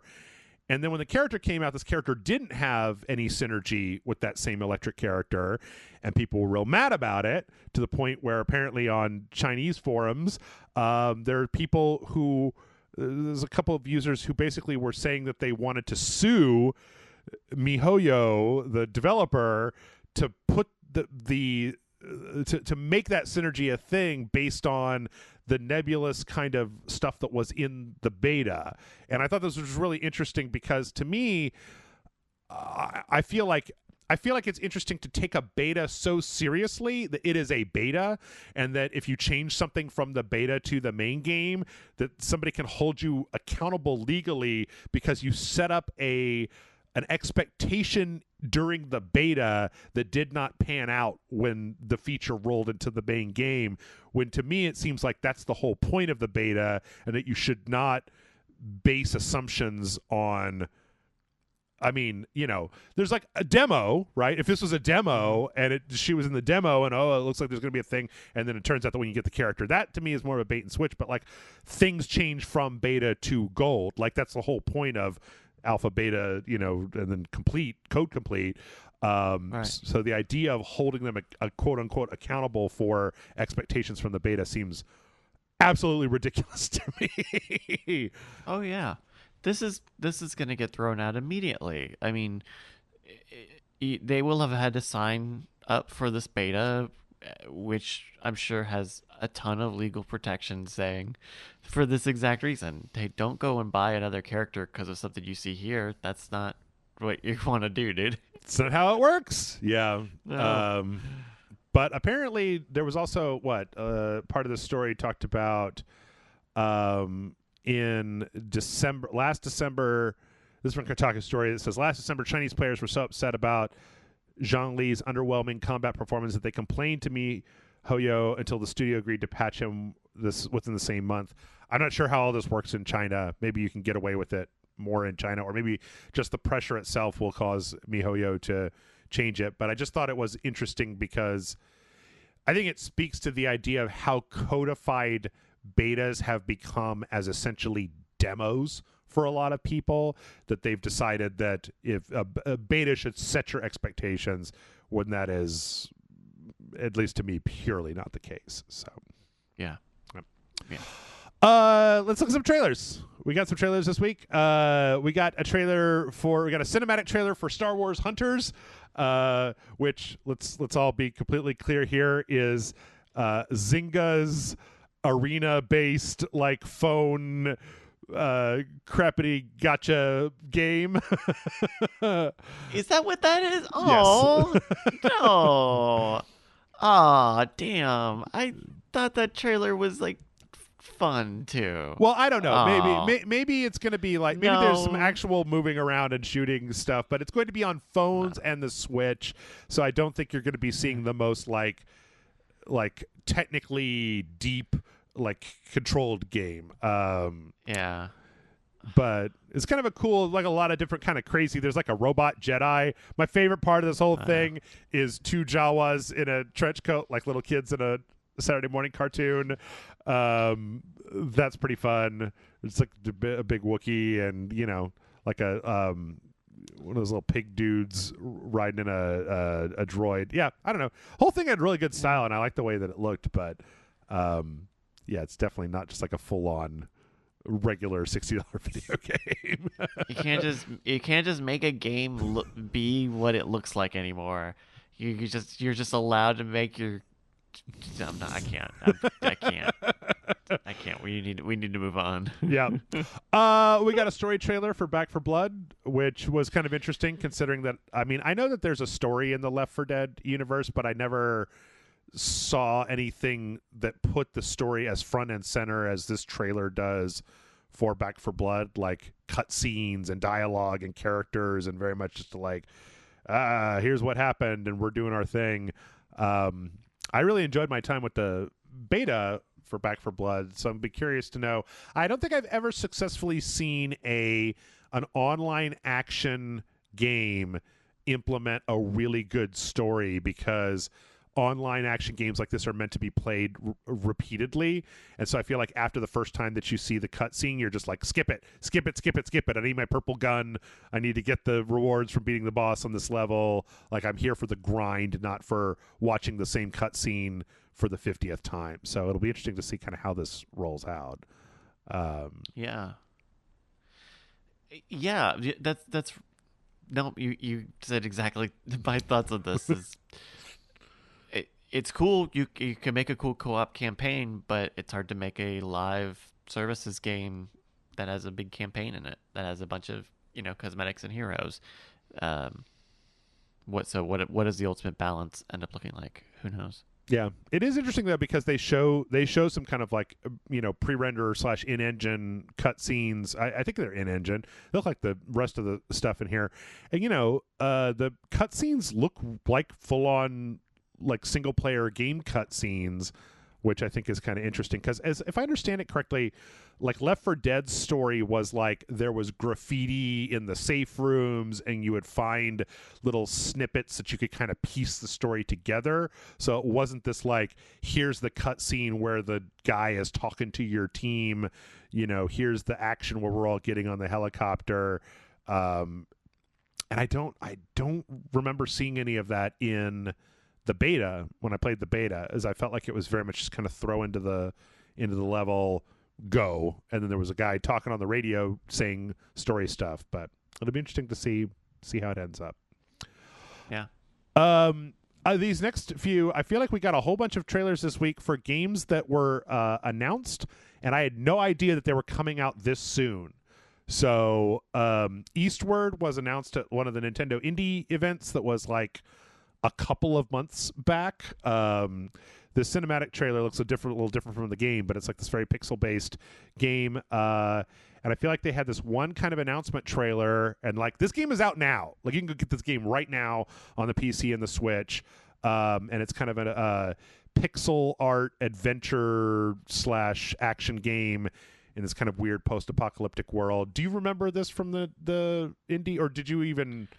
I don't think that. I must not have seen that. I must not have seen that. No. But this is from Chucklefish, and I like their games as well. So far, it's got really good reviews. The art in it kind of reminds me of Super Time Force, I guess, a little bit, but because it's kind of got these anime cutscenes with these real kind of spindly characters, but then very animated. But yeah, Eastward is out. I Am Fish came out of early access from Bossa Studios, the makers of Surgeon Simulator. I actually remember they did a thing where they put out 3 Game Jam-esque games into beta. It was I Am Fish, Trash Pandas, and then like there's a third one. This game is out. It's on an Xbox Game Pass. It's out now. It is 4 different fish, and it's all about them trying to escape from their fish confinement. So there's like a goldfish that rolls in a bowl. There's like a flying fish that can fly. There's like a piranha that has the jaws, and there's like a puffer fish that can puff up. This is out. Like I had no idea that I looked on Game Pass. I was just like, there's like 3 Game Pass games that came out yesterday, and this was one of them. And it's very kind of charmingly animated, and it looks like a kind of laid back, kind of adventure thing. This should tell you all you need to know, Bryce, is that one of the dedicated buttons for this game is like reset to last checkpoint because I messed it up, and I rather than watching the fish flop out to death on the street, I just want to go back and start the last checkpoint. So, gotcha. This seems cute. It looks. It almost has like kind of a Pixar-y sort of look, and so it makes me wonder, like, how is there a story to it? It would be cool if there was like even a whole story to it, or are these just different fish, different levels? No, I loaded it up and there were like cutscenes and everything. In fact, the first level with the goldfish, it's like I didn't watch them because I want to do a video for it. And a lot of times when I want to do a video for something, I'll just skip the cutscenes. But like I know that the first level, you were the goldfish, and I finished the first level and I got all the way to the ocean, and then it started back over, and I was in this weird house full of a bunch of fish that were all in the same like little globes. So I think there's some kind of story going on. So yeah, cool. That could be fun. Yeah. I think this is another one from one of the Nintendo Switch indie things, which was Inked: A Tale of Love, which is this kind of 3D isometric like story about, it's kind of like a little samurai looking character and then like a kind of a painter character, and they're very much in this world. It looks like it's all been drawn kind of with like a blue ballpoint pen and like a notebook. But then part of this is that the artist's hand comes in and interacts with the characters, and then as you go through it, it kind of it opens up more story about what exactly is going on with the artists themselves. The initial trailer definitely had a part where at the end the artist's hand comes down and kind of grabs the painter lady and takes her away. I'm kind of torn on this because the actual art style is great, but the gameplay looks very generic to me. So yeah, I'm not sure what to do with that. But yeah, because I guess I would want to see what does it look. What do the puzzles look like, right? Is this a puzzle game or is this an adventure game with puzzles? Because I like puzzle games. And so if this is a game that really says like, here are, a set of rules and challenges, then you can get me on board. Cause otherwise, yeah, this just kind of looks like for lack of a better term, a walking simulator, Yeah.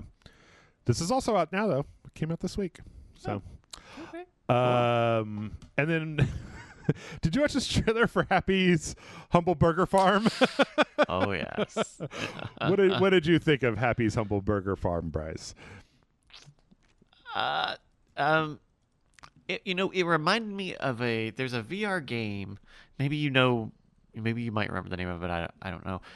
There's a VR game where you are a cashier. You're like a cashier at a grocery store, but there are monsters coming and attacking you, so you also have guns, and so you're scanning items, and also you've got guns and are shooting these monsters. Yeah. This made me think a lot about that game, just the concept, right? Just taking a mundane task, right? Putting together burgers or being a cashier, mm-hmm. and mixing in a wave-based shooter. That kind of screams to me that speaks to how big this game is actually going to end up being or not. What I find really interesting is that this trailer is very slick, and it's also it has to be said, this is extremely Five Nights at Freddy's, right? Like you're working in a burger place, and then it's like, oh, it cuts in with like this heaps of burgers and Monster Cow. But like I looked at it, and it's very primitive. It's like definitely an indie game. It's being put out by Tiny Build, and it's like, yeah, you start by just kind of serving characters like the various foods. They're these very pixelated, very kind of the graphics do not look anything like the trailer. This is no. Okay. And then at night, apparently there's some but then like you're going through the screenshots, and there's a screenshot of like this giant pig monstrosity thing inside like a warehouse, and I don't know what that's all about. So oh, okay. Oh. Okay. Can you do that? Can you just make a trailer like that when your game looks like that? I'm sorry, listeners, that this is a very visual thing that we're reacting to, but this looks like a game. This looks like a demo of a game you would get on like Itch.io, like someone's idea for a game that they put together, and they just threw it up there for free. Yeah, I don't know. I actually think that this is becoming kind of becoming its own genre.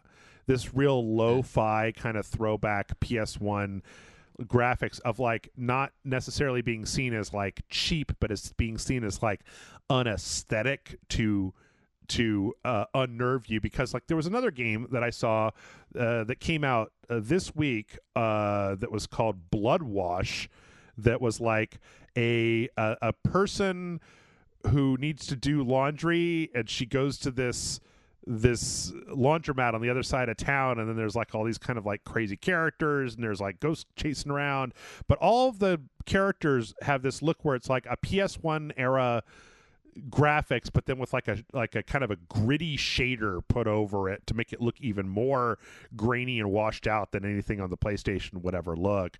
Sure. And I've seen I would say that this blood wash footage that we're looking at, like I would describe this as like stylized. Like, yes, this is what a lot of games that try to ape this style look like, but I would say that this is stylized, whereas the Happy's Humble Burger Farm we were looking at, that just looks like a an asset swap, right? It looks like they went and found some free assets and plugged them into a Unity or an Unreal uh, open space, and are passing that off. And I think it doesn't read as intentional or as maybe Malicious. trendy. Oh, okay. Well, as trendy as like having something that looks like this PS1 kind of fad. Right. Yeah. This looks low effort to me. Okay. Well, maybe we'll see. I don't know. We also finally got official confirmation that Ren and Stimpy are in Nickelodeon All-Star Brawl, which appears to be shaping up as like a really solid Smash Brothers kind of alternative if you're into all these Nickelodeon characters that they've had that they've announced over the time. The trailer, this particular trailer, is mind-numbing in its quick cuts and insanity, and it takes like I had to watch this twice, and I had to really concentrate on looking for Ren and Stimpy in each cut to see if I could suss out anything about Ren and Stimpy, but they do fit well into this particular type of game because Ren and Stimpy are violent and gross, so good stuff. Oh. Yeah. Okay. Yeah.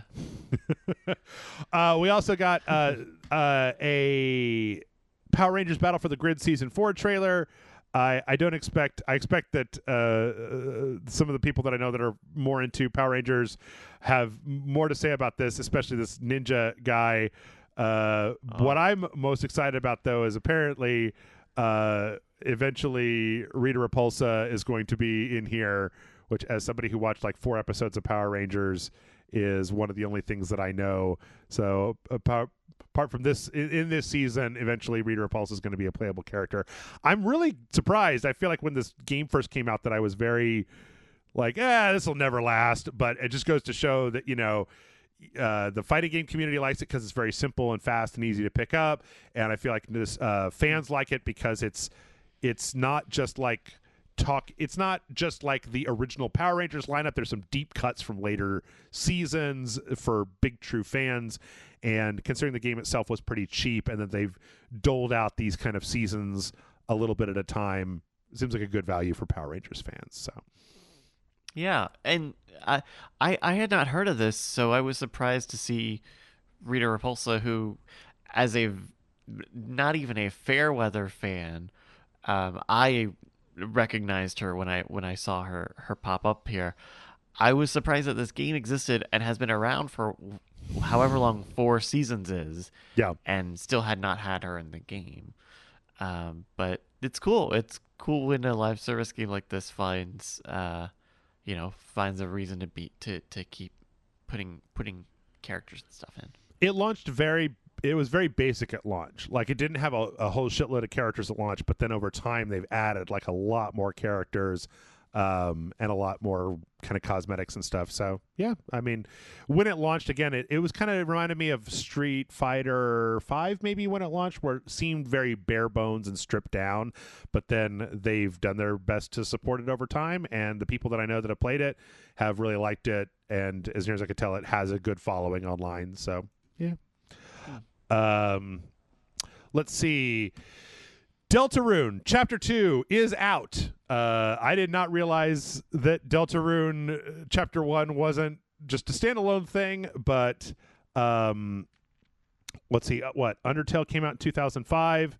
Chapter 1 of Deltarune released in 2018, and last night in 2021, September 15th, Deltarune Chapter 2 finally came out.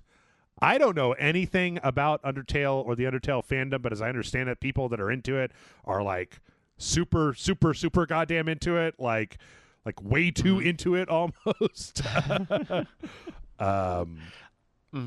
Did you play either of these, Bryce? Did you play Undertale or Deltarune, any of those? I've seen all of Undertale, and I've played most of it. And then I did play through Chapter 1 of Deltarune. And I really enjoyed Chapter 1, and I'm surprised that we're seeing Chapter 2 which is looking, I'm assuming, is going to be another free game. Maybe not. I don't know. It doesn't quite say yet. But I kind of assumed that this was like a test, and if people really got into these characters and this kind of new situation that they've been put in, that the next thing that we would hear is, okay, cool, here's going to be the information about a full Deltarune game with the chapter that I put out plus, because that's how Undertale happened, right? Undertale was a demo, and then it was a Kickstarter, and then it was a fuller game, this full experience that we all know about. So a surprise, but a good surprise. Hey, more Deltarune. That's neat. Yeah. On the website, it's not on Steam apparently, or maybe I just typed it in wrong, but it does say, so is Chapter 2 the rest of the game? Is this it? And the answer is there are planned to be more chapters than Chapter 2. Well, we've only completed Chapter 2 so far, so be patient. So, yeah. Where is it? Oh, okay. You just straight up download it. Yeah, at least on PC, it's just a standalone executable. Okay, cool. We got... I was, frankly, I've never been more exhausted by a picture on the internet than I was of this picture of the Far Cry 6 post-launch roadmap that starts with every week free weekly insurgencies and new gear. We found out that there's a season. We already knew there was a season pass that was bringing back the villains. So there's the Voss, the Pagan Min, and then the preacher guy from the other one. It's like they're doing these kind of from their perspective DLCs. They're also bringing back Far Cry 3 Blood Dragon as a part of the season pass, like they did with just Far Cry 3 in Far Cry 5. There's also going to be a bunch of special operations that are going to be different little theme things, but there's also going to be a bunch of crossover things, which are apparently, I mean, from the look of this post-launch roadmap, it looks like there's going to be the season pass with paid content, and there's going to be a bunch of free content. There's the Danny and Danny versus everyone with Danny Trejo and then the character Danny from the game.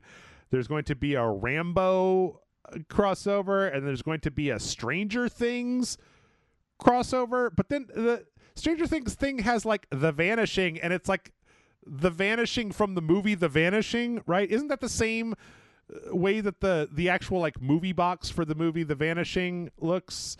Am I crazy here? Jeff. Jeff. Yeah. Talk to me, Bryce. Talk to me. What you got? Okay. So this Far Cry game, Far Cry is not even out yet, right? This game is not out yet. Mm-hmm. Correct. Comes out in like 2 or 3 weeks or something like that. Yeah. Okay. But then I don't. Jeff, this is so weird. I appreciate that they're like, trying to set expectations and say, this game is going to have a lot of stuff and we're going to give you a lot of reasons to keep coming back to this game. But can it come out first? Can it come out first before we start saying like, and also we have an entirely different campaign of DLCs that you're going to get the villains from the other games. You remember the other games? They're going to get campaigns. And Danny Trejo. Oh my God, Danny Trejo's coming in December. Like, can the game come out first? No. Absolutely not. I mean, absolutely not. Why wait, Bryce? Why wait for the game to be out before you start psyching people up for the next thing? It's on me for thinking, especially knowing how far the story in Far Cry 5 goes, that they would bother to sell a Far Cry game on the story at all. On the base thing at all. Why bother? Don't care. To me, I guess it just speaks a lot to the like. What was it, like 2 or 3 weeks ago that there was like a Assassin's Creed Valhalla DLC, like the Siege of Paris or something, came out like a couple weeks back.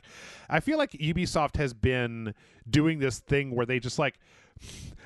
I never thought I'd say this phrase out loud, but it's like they're supporting their games into the ground, where it's just like, do you like Assassin's Creed Valhalla? Well, guess what? you never have to stop playing it because we're going to put out DLCs and DLs and weekly chat and leaderboards, and there's another thing coming in 2 months, and then in the horizon we've got this update, and you can get a free thing if you play For Honor, and then you log in to, and it's just like, dude, just let me play one video game, all right? Like, I don't need every video game to last forever.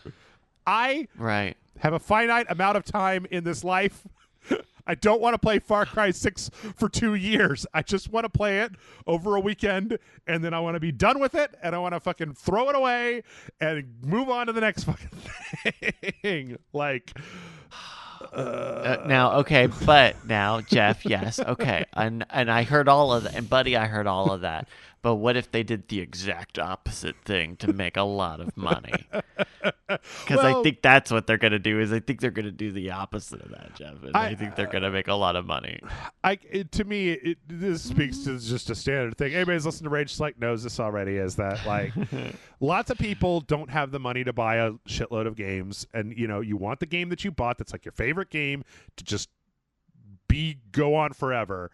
And I 100,000,000% do not want that. I want to play Deathloop. I want to beat Deathloop, and then I want to throw Deathloop in the garbage can, and I want to move on to I Am Fish or Life is Strange or finish Fist Forged in Shadow Torch. Like, I want a new game every 4 days, and every 4 days I want to play the best game I've ever played in my life. I don't ever want to play one game for as long as this, but that is what a lot of people do want to do. And so I guess this makes sense for them. I find Far Cry games to be wearing out their welcome by the time I get to the end of the single-player campaign. Like, by the time I get to the end of Far Cry 3, I'm just like, okay, here's another outpost. Get out the rocket launcher, throw a bunch of grenades, shoot it up, and it explodes. Like, all right, where's the next thing on the map to go to get the next thing? But I do think they are interesting ad hoc. They're kind of ad hoc. I mean, they're not even. I think they create interesting multiplayer experiences by having co-op as a part of these things. Yeah. My only reason saying that is because in knowing the friends of mine who play Far Cry, they do it co-op together because they want to go, shoot and do stuff together. They don't really. It's not like The Division where they really need this like MMO style online game, but they want to get into this open world and they want to play together. And this kind of ends up being that, right? This ends up being a mini version of that. Yeah, 100%. Let's see. Speaking of online multiplayer games, Battlefield 2042's beta has been pushed back. It's supposed to be this month. It is now going to be in October. And that is because Battlefield 2042 entirely has been pushed back from October to November. So not a huge push like everything else that's on this list, but it's basically the whole thing got pushed back a month from, I think that they said, I'm just assuming here, but I'm pretty sure everybody says the exact same thing. Like, working remotely is really hard. We didn't figure how much time it was going to take, and so we need a little bit more time. Yep, there it is. Building the next generation of Battlefield during a global pandemic has created unforeseen challenges for our development team. So, not a big deal. Just kind of FYI. I don't really care that much about Battlefield at this point, but I'm gonna play this rat game that they're advertising on VG247 where I'm reading this from. It looks awesome. He's got a sword and everything. It's out now. It's already out. Tales of a Rat, whatever. It's on Steam. Yeah, my gosh. Dying Light 2 is been pushed back to February 2022, where apparently every single game at this point is coming out. So, there's a lot going on this particular month. And now Dying Light 2 is also there. They said they were getting ready to put it out, and they looked at it, and they said needs a little bit more time. It's not quite what we want. So Rocksmith Plus, that was announced at the Ubisoft E3 this year, which was the cell phone Rocksmith, play whatever you want, wherever you want, do whatever you want, was supposed to be out sometime this summer. Apparently it's been pushed to 2022 as well. So you can't start learning your crazy guitar licks until later. This is good. The last thing you would want would be like a teach you how to play guitar app that doesn't work correctly, that doesn't pick up your guitar. So yeah. Yep. The Rocksmith one, out of all of these delays, seemed the weirdest to me because it felt like they only just announced it. Mm-hmm. But I guess they had announced it as being close to when it was going to come out. But it just felt very weird to me. Like they will probably, I guess, talk about this in their next E3 thing, unless it doesn't get delayed again. Well, when was it? Let's see. Here's the trailer. The trailer was at E3. I also think that we might be dealing with recently I was talking with somebody and I was just like, man, these weeks have started to blur together hella hard in 2021. So like June, so what? June, July, August, September. So it's supposed to be out like shortly, because if it went into October, that would have been like fall. It's supposed to be out summer of this year. And I guess it's been 3 months. Yeah, no, that tracks. I have to like count the months on my fingers because I get confused about where we are. Like the fact that it's going to be fucking Halloween again before we know it, and then it's going to be Christmas, and then it's going to be 2022, and then that's crazy. So don't wait till you hear when President's Day is coming back. Total Warhammer 3. Oh, there's more. Yep, is 2022. Also, Creative Assembly needs more time, so they're pushing back to 2022. And last but not least, the Analog Pocket has been pushed back to December. This is that super that really like well put together Game Boy, essentially, that'll run Game Boy and like Game Gear and a bunch of different kind of like portable things. This particular, I've been watching this thing because it's cool, and it's been delayed so many times just because of shipping parts, manufacturing, because it's an actual console. It's had the same problems as a lot of the other consoles. So, and then before we wrap up, I've got 3 fun. Well, no, actually, wait. I thought I had 3. Maybe I only have 2. I thought I had 3 fun little like homebrew games. No, I do. Haha, there it is. I didn't open all my tabs correctly. So the first is one called Thatcher's Tech Base, which is a total conversion for Doom, where you get to fight Margaret Thatcher back from hell with a bunch of kind of keep calm, carry on British stuff. It's like the entire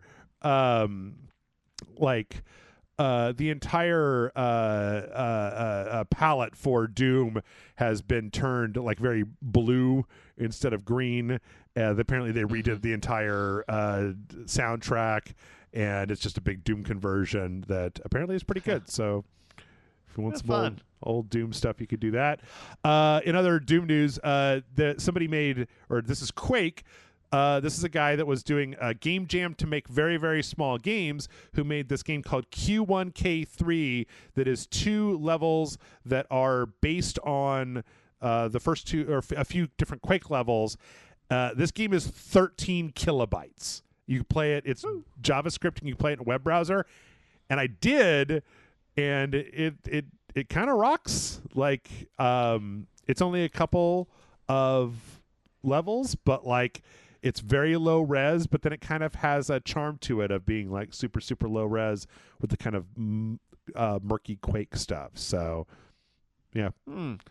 Cool. And then also, somebody made an Among Us fighting game, which is kind of silly. It's funny because all of the characters have the exact same moveset, and it's just different colored Among Us people. And apparently it's not very well balanced. Like you can do just like insane super multi-hit combos because they didn't bother. But apparently they have been doing, whoever made it has been doing updates. This is one you can play on itch.io. And I don't know, it's like a solid little entry. Like it's not officially sanctioned or anything, but like it exists. You could play it. It's pretty cool. So you know what it looks a lot like, Jeff? It looks a lot like Alien Hominid or any of the Newgrounds Flash style of animation. Mm-hmm. But just because they've finally taken, this very cartoony look and given them guns and made them shoot each other a lot. That's the only reason now that it actually looks like that. Yep. That's fun. It's fun seeing the clips of people saying like, oh, I've got this hit combo. Oh, I got this hit combo. Doing these huge chains. That's kind of neat. Yeah, it's pretty cool. And last but certainly not least, this is a public service announcement to all people out there. I saw this and I was horrified. At a game tournament, Cake Assault, who was playing in a Rivals of Ether tournament, jumped up, started kind of like fist pumping the air, and like did it so hard that he dislocated his shoulder and fell down on the ground in an immense amount of pain. So like, be careful with the amount of like fantastic celebration fist pumping that you do, because it is possible to injure yourself. And it's this really, I don't know, it's this tragic clip of just watching this guy that's like so excited and then he just falls down on the ground in a horrible amount of pain. And so yeesh. This would be me. This would completely be me. I would totally do this. We were playing ping pong a few weeks ago, and I was like jumping and hooting and hollering about it. Like, that would totally be me. I would totally sprain my shoulder celebrating. Yeah. Well, let's see. That's all that we've got. I think we have time for maybe one question, Bryce. Okay. So I feel like this is what we've been doing these days is one question. Let me see what I got here. Sci-fi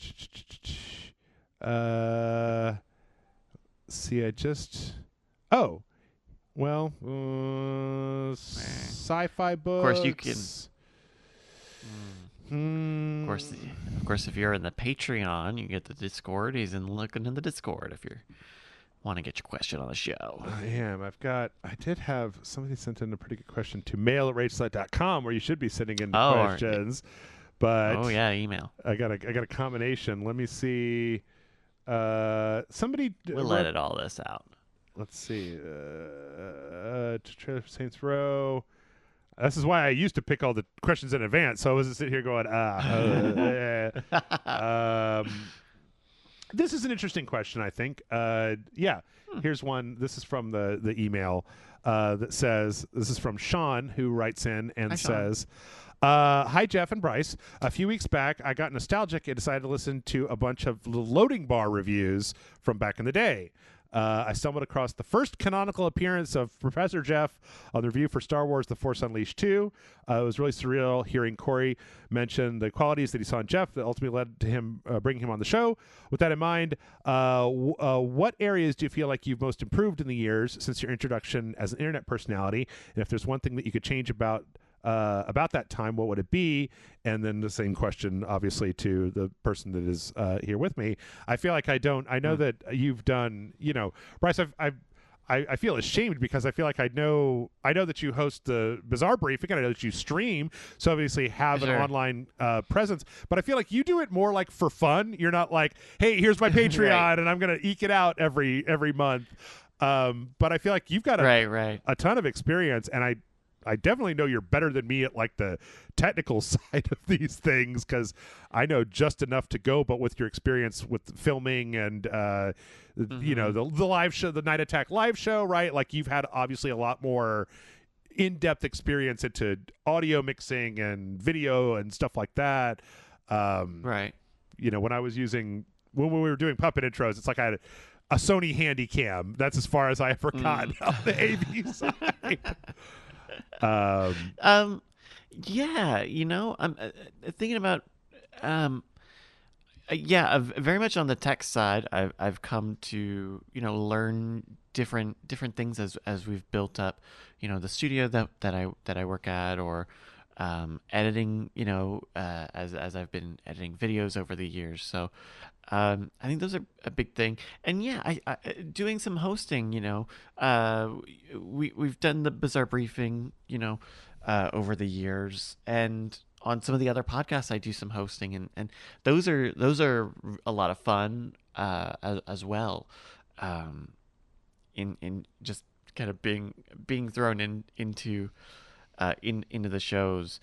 The other thing I would say is like there have been stretches where I've had to come in and host or co-host a show that normally I would not be a host for, and kind of building this sort of editorial side of like, okay, well, what goes into a lineup of the show, right? What do I need to pull when I'm looking for content or stories, and what do I want to get out of those stories? What questions do I want to ask or to be a part of the conversation? So, yeah, some of those things for me. Okay. I think the most improved thing and the thing that I would change over time is that like I really wish I don't know if this would in any way, shape, or form be possible, but like one of the things that's been nice, and I don't actually think it's something that I particularly have improved upon. I think it's just something that has changed about the overall, because okay, comment sections. That's my kryptonite. And the thing is that over time, YouTube. Okay, one, I'm sure there are plenty of people who are just like, I'm sick of listening to Jeff fucking repeat himself or whatever. Two, I know that YouTube, whatever has happened, I don't do any of that. Like, here's how to get the algorithm to get more hits. And like a lot of our videos don't get very many hits, but the people that are here are very diehard. And what that means is that I feel like the level of the comment sections have become, there are a few people in there that have some criticism, but like we used to have some trolls. Like one of the things with Spill was that Spill had a lot of people with a lot of very strong opinions. Now, you could say it in a harsher way than that, but, there were people early on in the days of Rage Select that I should have just banned because they would do nothing but come in and, like, they would do nothing but be critical. They would never say anything positive. They would attack other commenters. We used to have a comment section on the website in addition to a comment section on YouTube. And I remember that early on there were a few people that were just very aggressive, very contentious commenters that they finally went away. Like it used to be that when new people would come onto the show, they would say, hey, what's up with X person in the comments? And I have to be like, that person's been around for years. They suck. Just don't talk to them. I wish in some ways that I had banned, that I customized the community of Rage Select. Now, what's nice is that I waited so long to start the Discord server as a Patreon exclusive that by the time we got to that, it's like the Patreon had been going for 6 years, or something like that. So the fair weather people, the people that were looking for a fight, they had kind of left. So the people that are left on our Discord server, generally speaking, it's really nice. It's not the most like, there's not a gajillion people on at all times, but people are just like, hey, here's my dog. Oh, what'd you think about that thing? And, it's like, I don't ever have to worry about these horrible Discord drama stories because I'm just like, be nice. And if not, I'll kick you off because it's mine. But I wish that I could go back and tell myself. It's very hard when I started this 10 years ago in my 30s to be like, don't read the comments. Just don't read them entirely. Like, if you get, like, look at the thumbs up and the thumbs down on the video, right? Like, and have somebody else that you trust, have a friend of yours read the comments and then have them tell you, oh, people are complaining about the audio quality. Oh, people are saying that this part was messed up or whatever. Because I have a thin skin and I'm a sensitive boy with too many feelings, and I spent years letting the comment section make me miserable, just tearing me up. Like, and the thing is that there could be 20 people saying, Jeff, you're the best, you're so handsome, and I wish I could be you in real life. And then there'd be one person that was like, I think your feet smell. And I would just walk my dog and be like, my feet don't smell. That person, they don't even fucking know me. They've never smelled my feet before. How dare you? And then I would get drunk and I would go start arguing with people in the comments. And it's just a whole thing. And it's very nice now because the community has whittled down to nice people. But I think that early on I was very afraid because I had this fear of that internet thing where it's like, well, if you ban someone and then they get mad, then they'll make a sock puppet and they'll come back and they'll just keep coming back. And then if you ban them, then you're going to have a problem. But if you just ignore them, then you can just ignore them. But in retrospect, I wish I'd been a little bit more active about excising the people that personally made me feel bad. That's the other part of it, was that a lot of times on the internet we feel like we have this thing about, oh, you know, you're trying to write a policy that's consistent to make sure that, like, if you say this thing, you get a 3-week ban, and that's what it says in the policy list. And I wish that when I'd started, I'd just been like, this is my show and it's my website, and if you make me mad, I'm going to ban you forever, and I'm not going to argue about it. Like, I don't care if you just come on every week to make me feel bad. I'm going to say quit it, and if you don't quit it, I'm going to exercise my godlike power trip authority on the internet to just tell you to get the hell out of here. You can go somewhere else, because again, it was very unpleasant in a lot of ways early on, because, you know, when somebody says something about you, like, the internet is always just like, well, don't feed the trolls, like, don't ever talk to them. So, you know, somebody says something mean about you and then you seethe about it. You're just like, "Grr, grr." And I wish that I had just taken the proactive step to be like, nope, that we're just not going to have that here.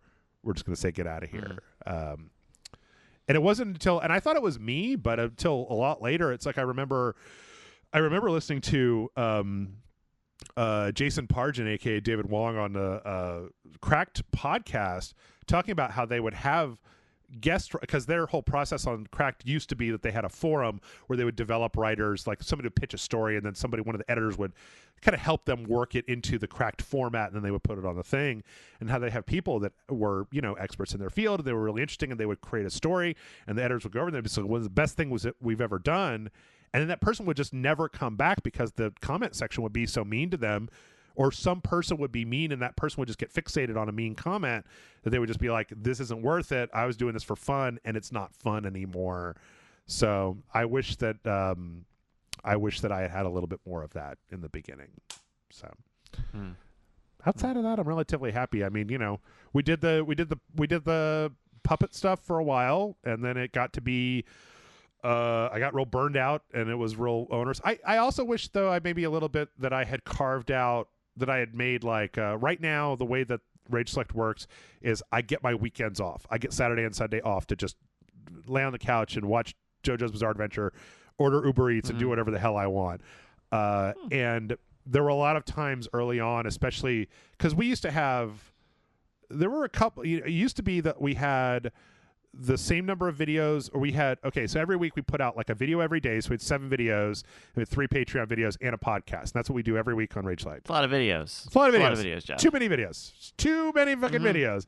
But it used to be that we had another feature that John and I did. It was called the Super Awesome Video Game Show. So there were 9 videos, and then we would also do a 3-hour live stream every Sunday. So it was like you're just recording, and then it's like, oh, you're going out to the bar, and then you got to get up on Sunday and fucking put together a live stream. And I hated it. Like, I was always grumpy because it was always just like, I don't want to do this. I want to sleep in. I don't want to do a live stream.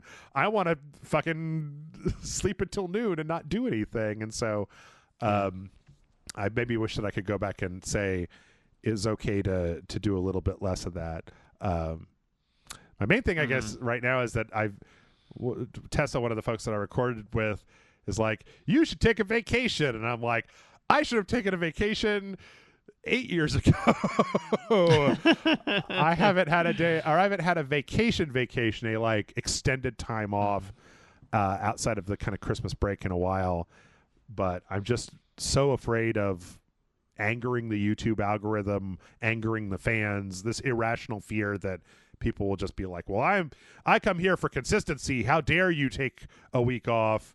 I'm unsubscribing and I'm going to take my internet business elsewhere, even though that almost certainly is not what will happen. Right. That's just the evil fear demons talk. Yeah, it's very weird, and when you get into like the algorithm stuff, then that's another factor. But you know, the way I think about it is, the more times you post videos, those are that's the more chances someone is going to go and say, oh, you know what? I haven't subscribed to them for a long time. I'm not watching them. So because I saw them, I'm going to unsubscribe. Versus, you know, if your YouTube channel doesn't have any videos, say for the next week, then unless people are deliberately looking for you and deliberately saying, "Oh, there should be a video right now," and I'm so mad about it that I'm going to, unsubscribe, that, you would be relatively, you would at least expect things to be on pause, but then you get into algorithms, and the algorithms don't like when people take too many breaks. Yeah. So. Yeah. Anyway, that's it. That's the podcast. Huzzah, we did it. I am now going to go back and play more Deathloop. But before I go to do that, Bryce, tell the good people of the internet where they can find you when you're not helping me read 1 billion news stories. Yeah, you can find me on Twitter at Brycas, Brycas, and check out the website for my Marbles Racing League. That website is marbles.win. Season 2, I believe we're going to start in October. But I've still got a lot of stuff I got to figure out. But we've got a great community who are going to help me make some good decisions, and we're gonna play even more marbles and have all sorts of points and fun racing action. I'm so excited, Jeff. I love the marbles, Bryce. I love you're the marble master. You're the marble king. I'm the marble master. And mail@rachel.com is the email address if you want to send in some questions. Sometimes we get a chance to read them. One of these days I'll figure out the right work-life balance to get 3 or 4 questions in. But until that time comes, you can also go to patreon.com/RageSelect if you want to help us out and come be part of that lovely Discord that I was mentioning earlier, as well as getting the aforementioned way too many bonus videos. That's it. That is it. I am done. I'm going to go watch What We Do in the Shadows and drink way too many beers. Good night, everybody.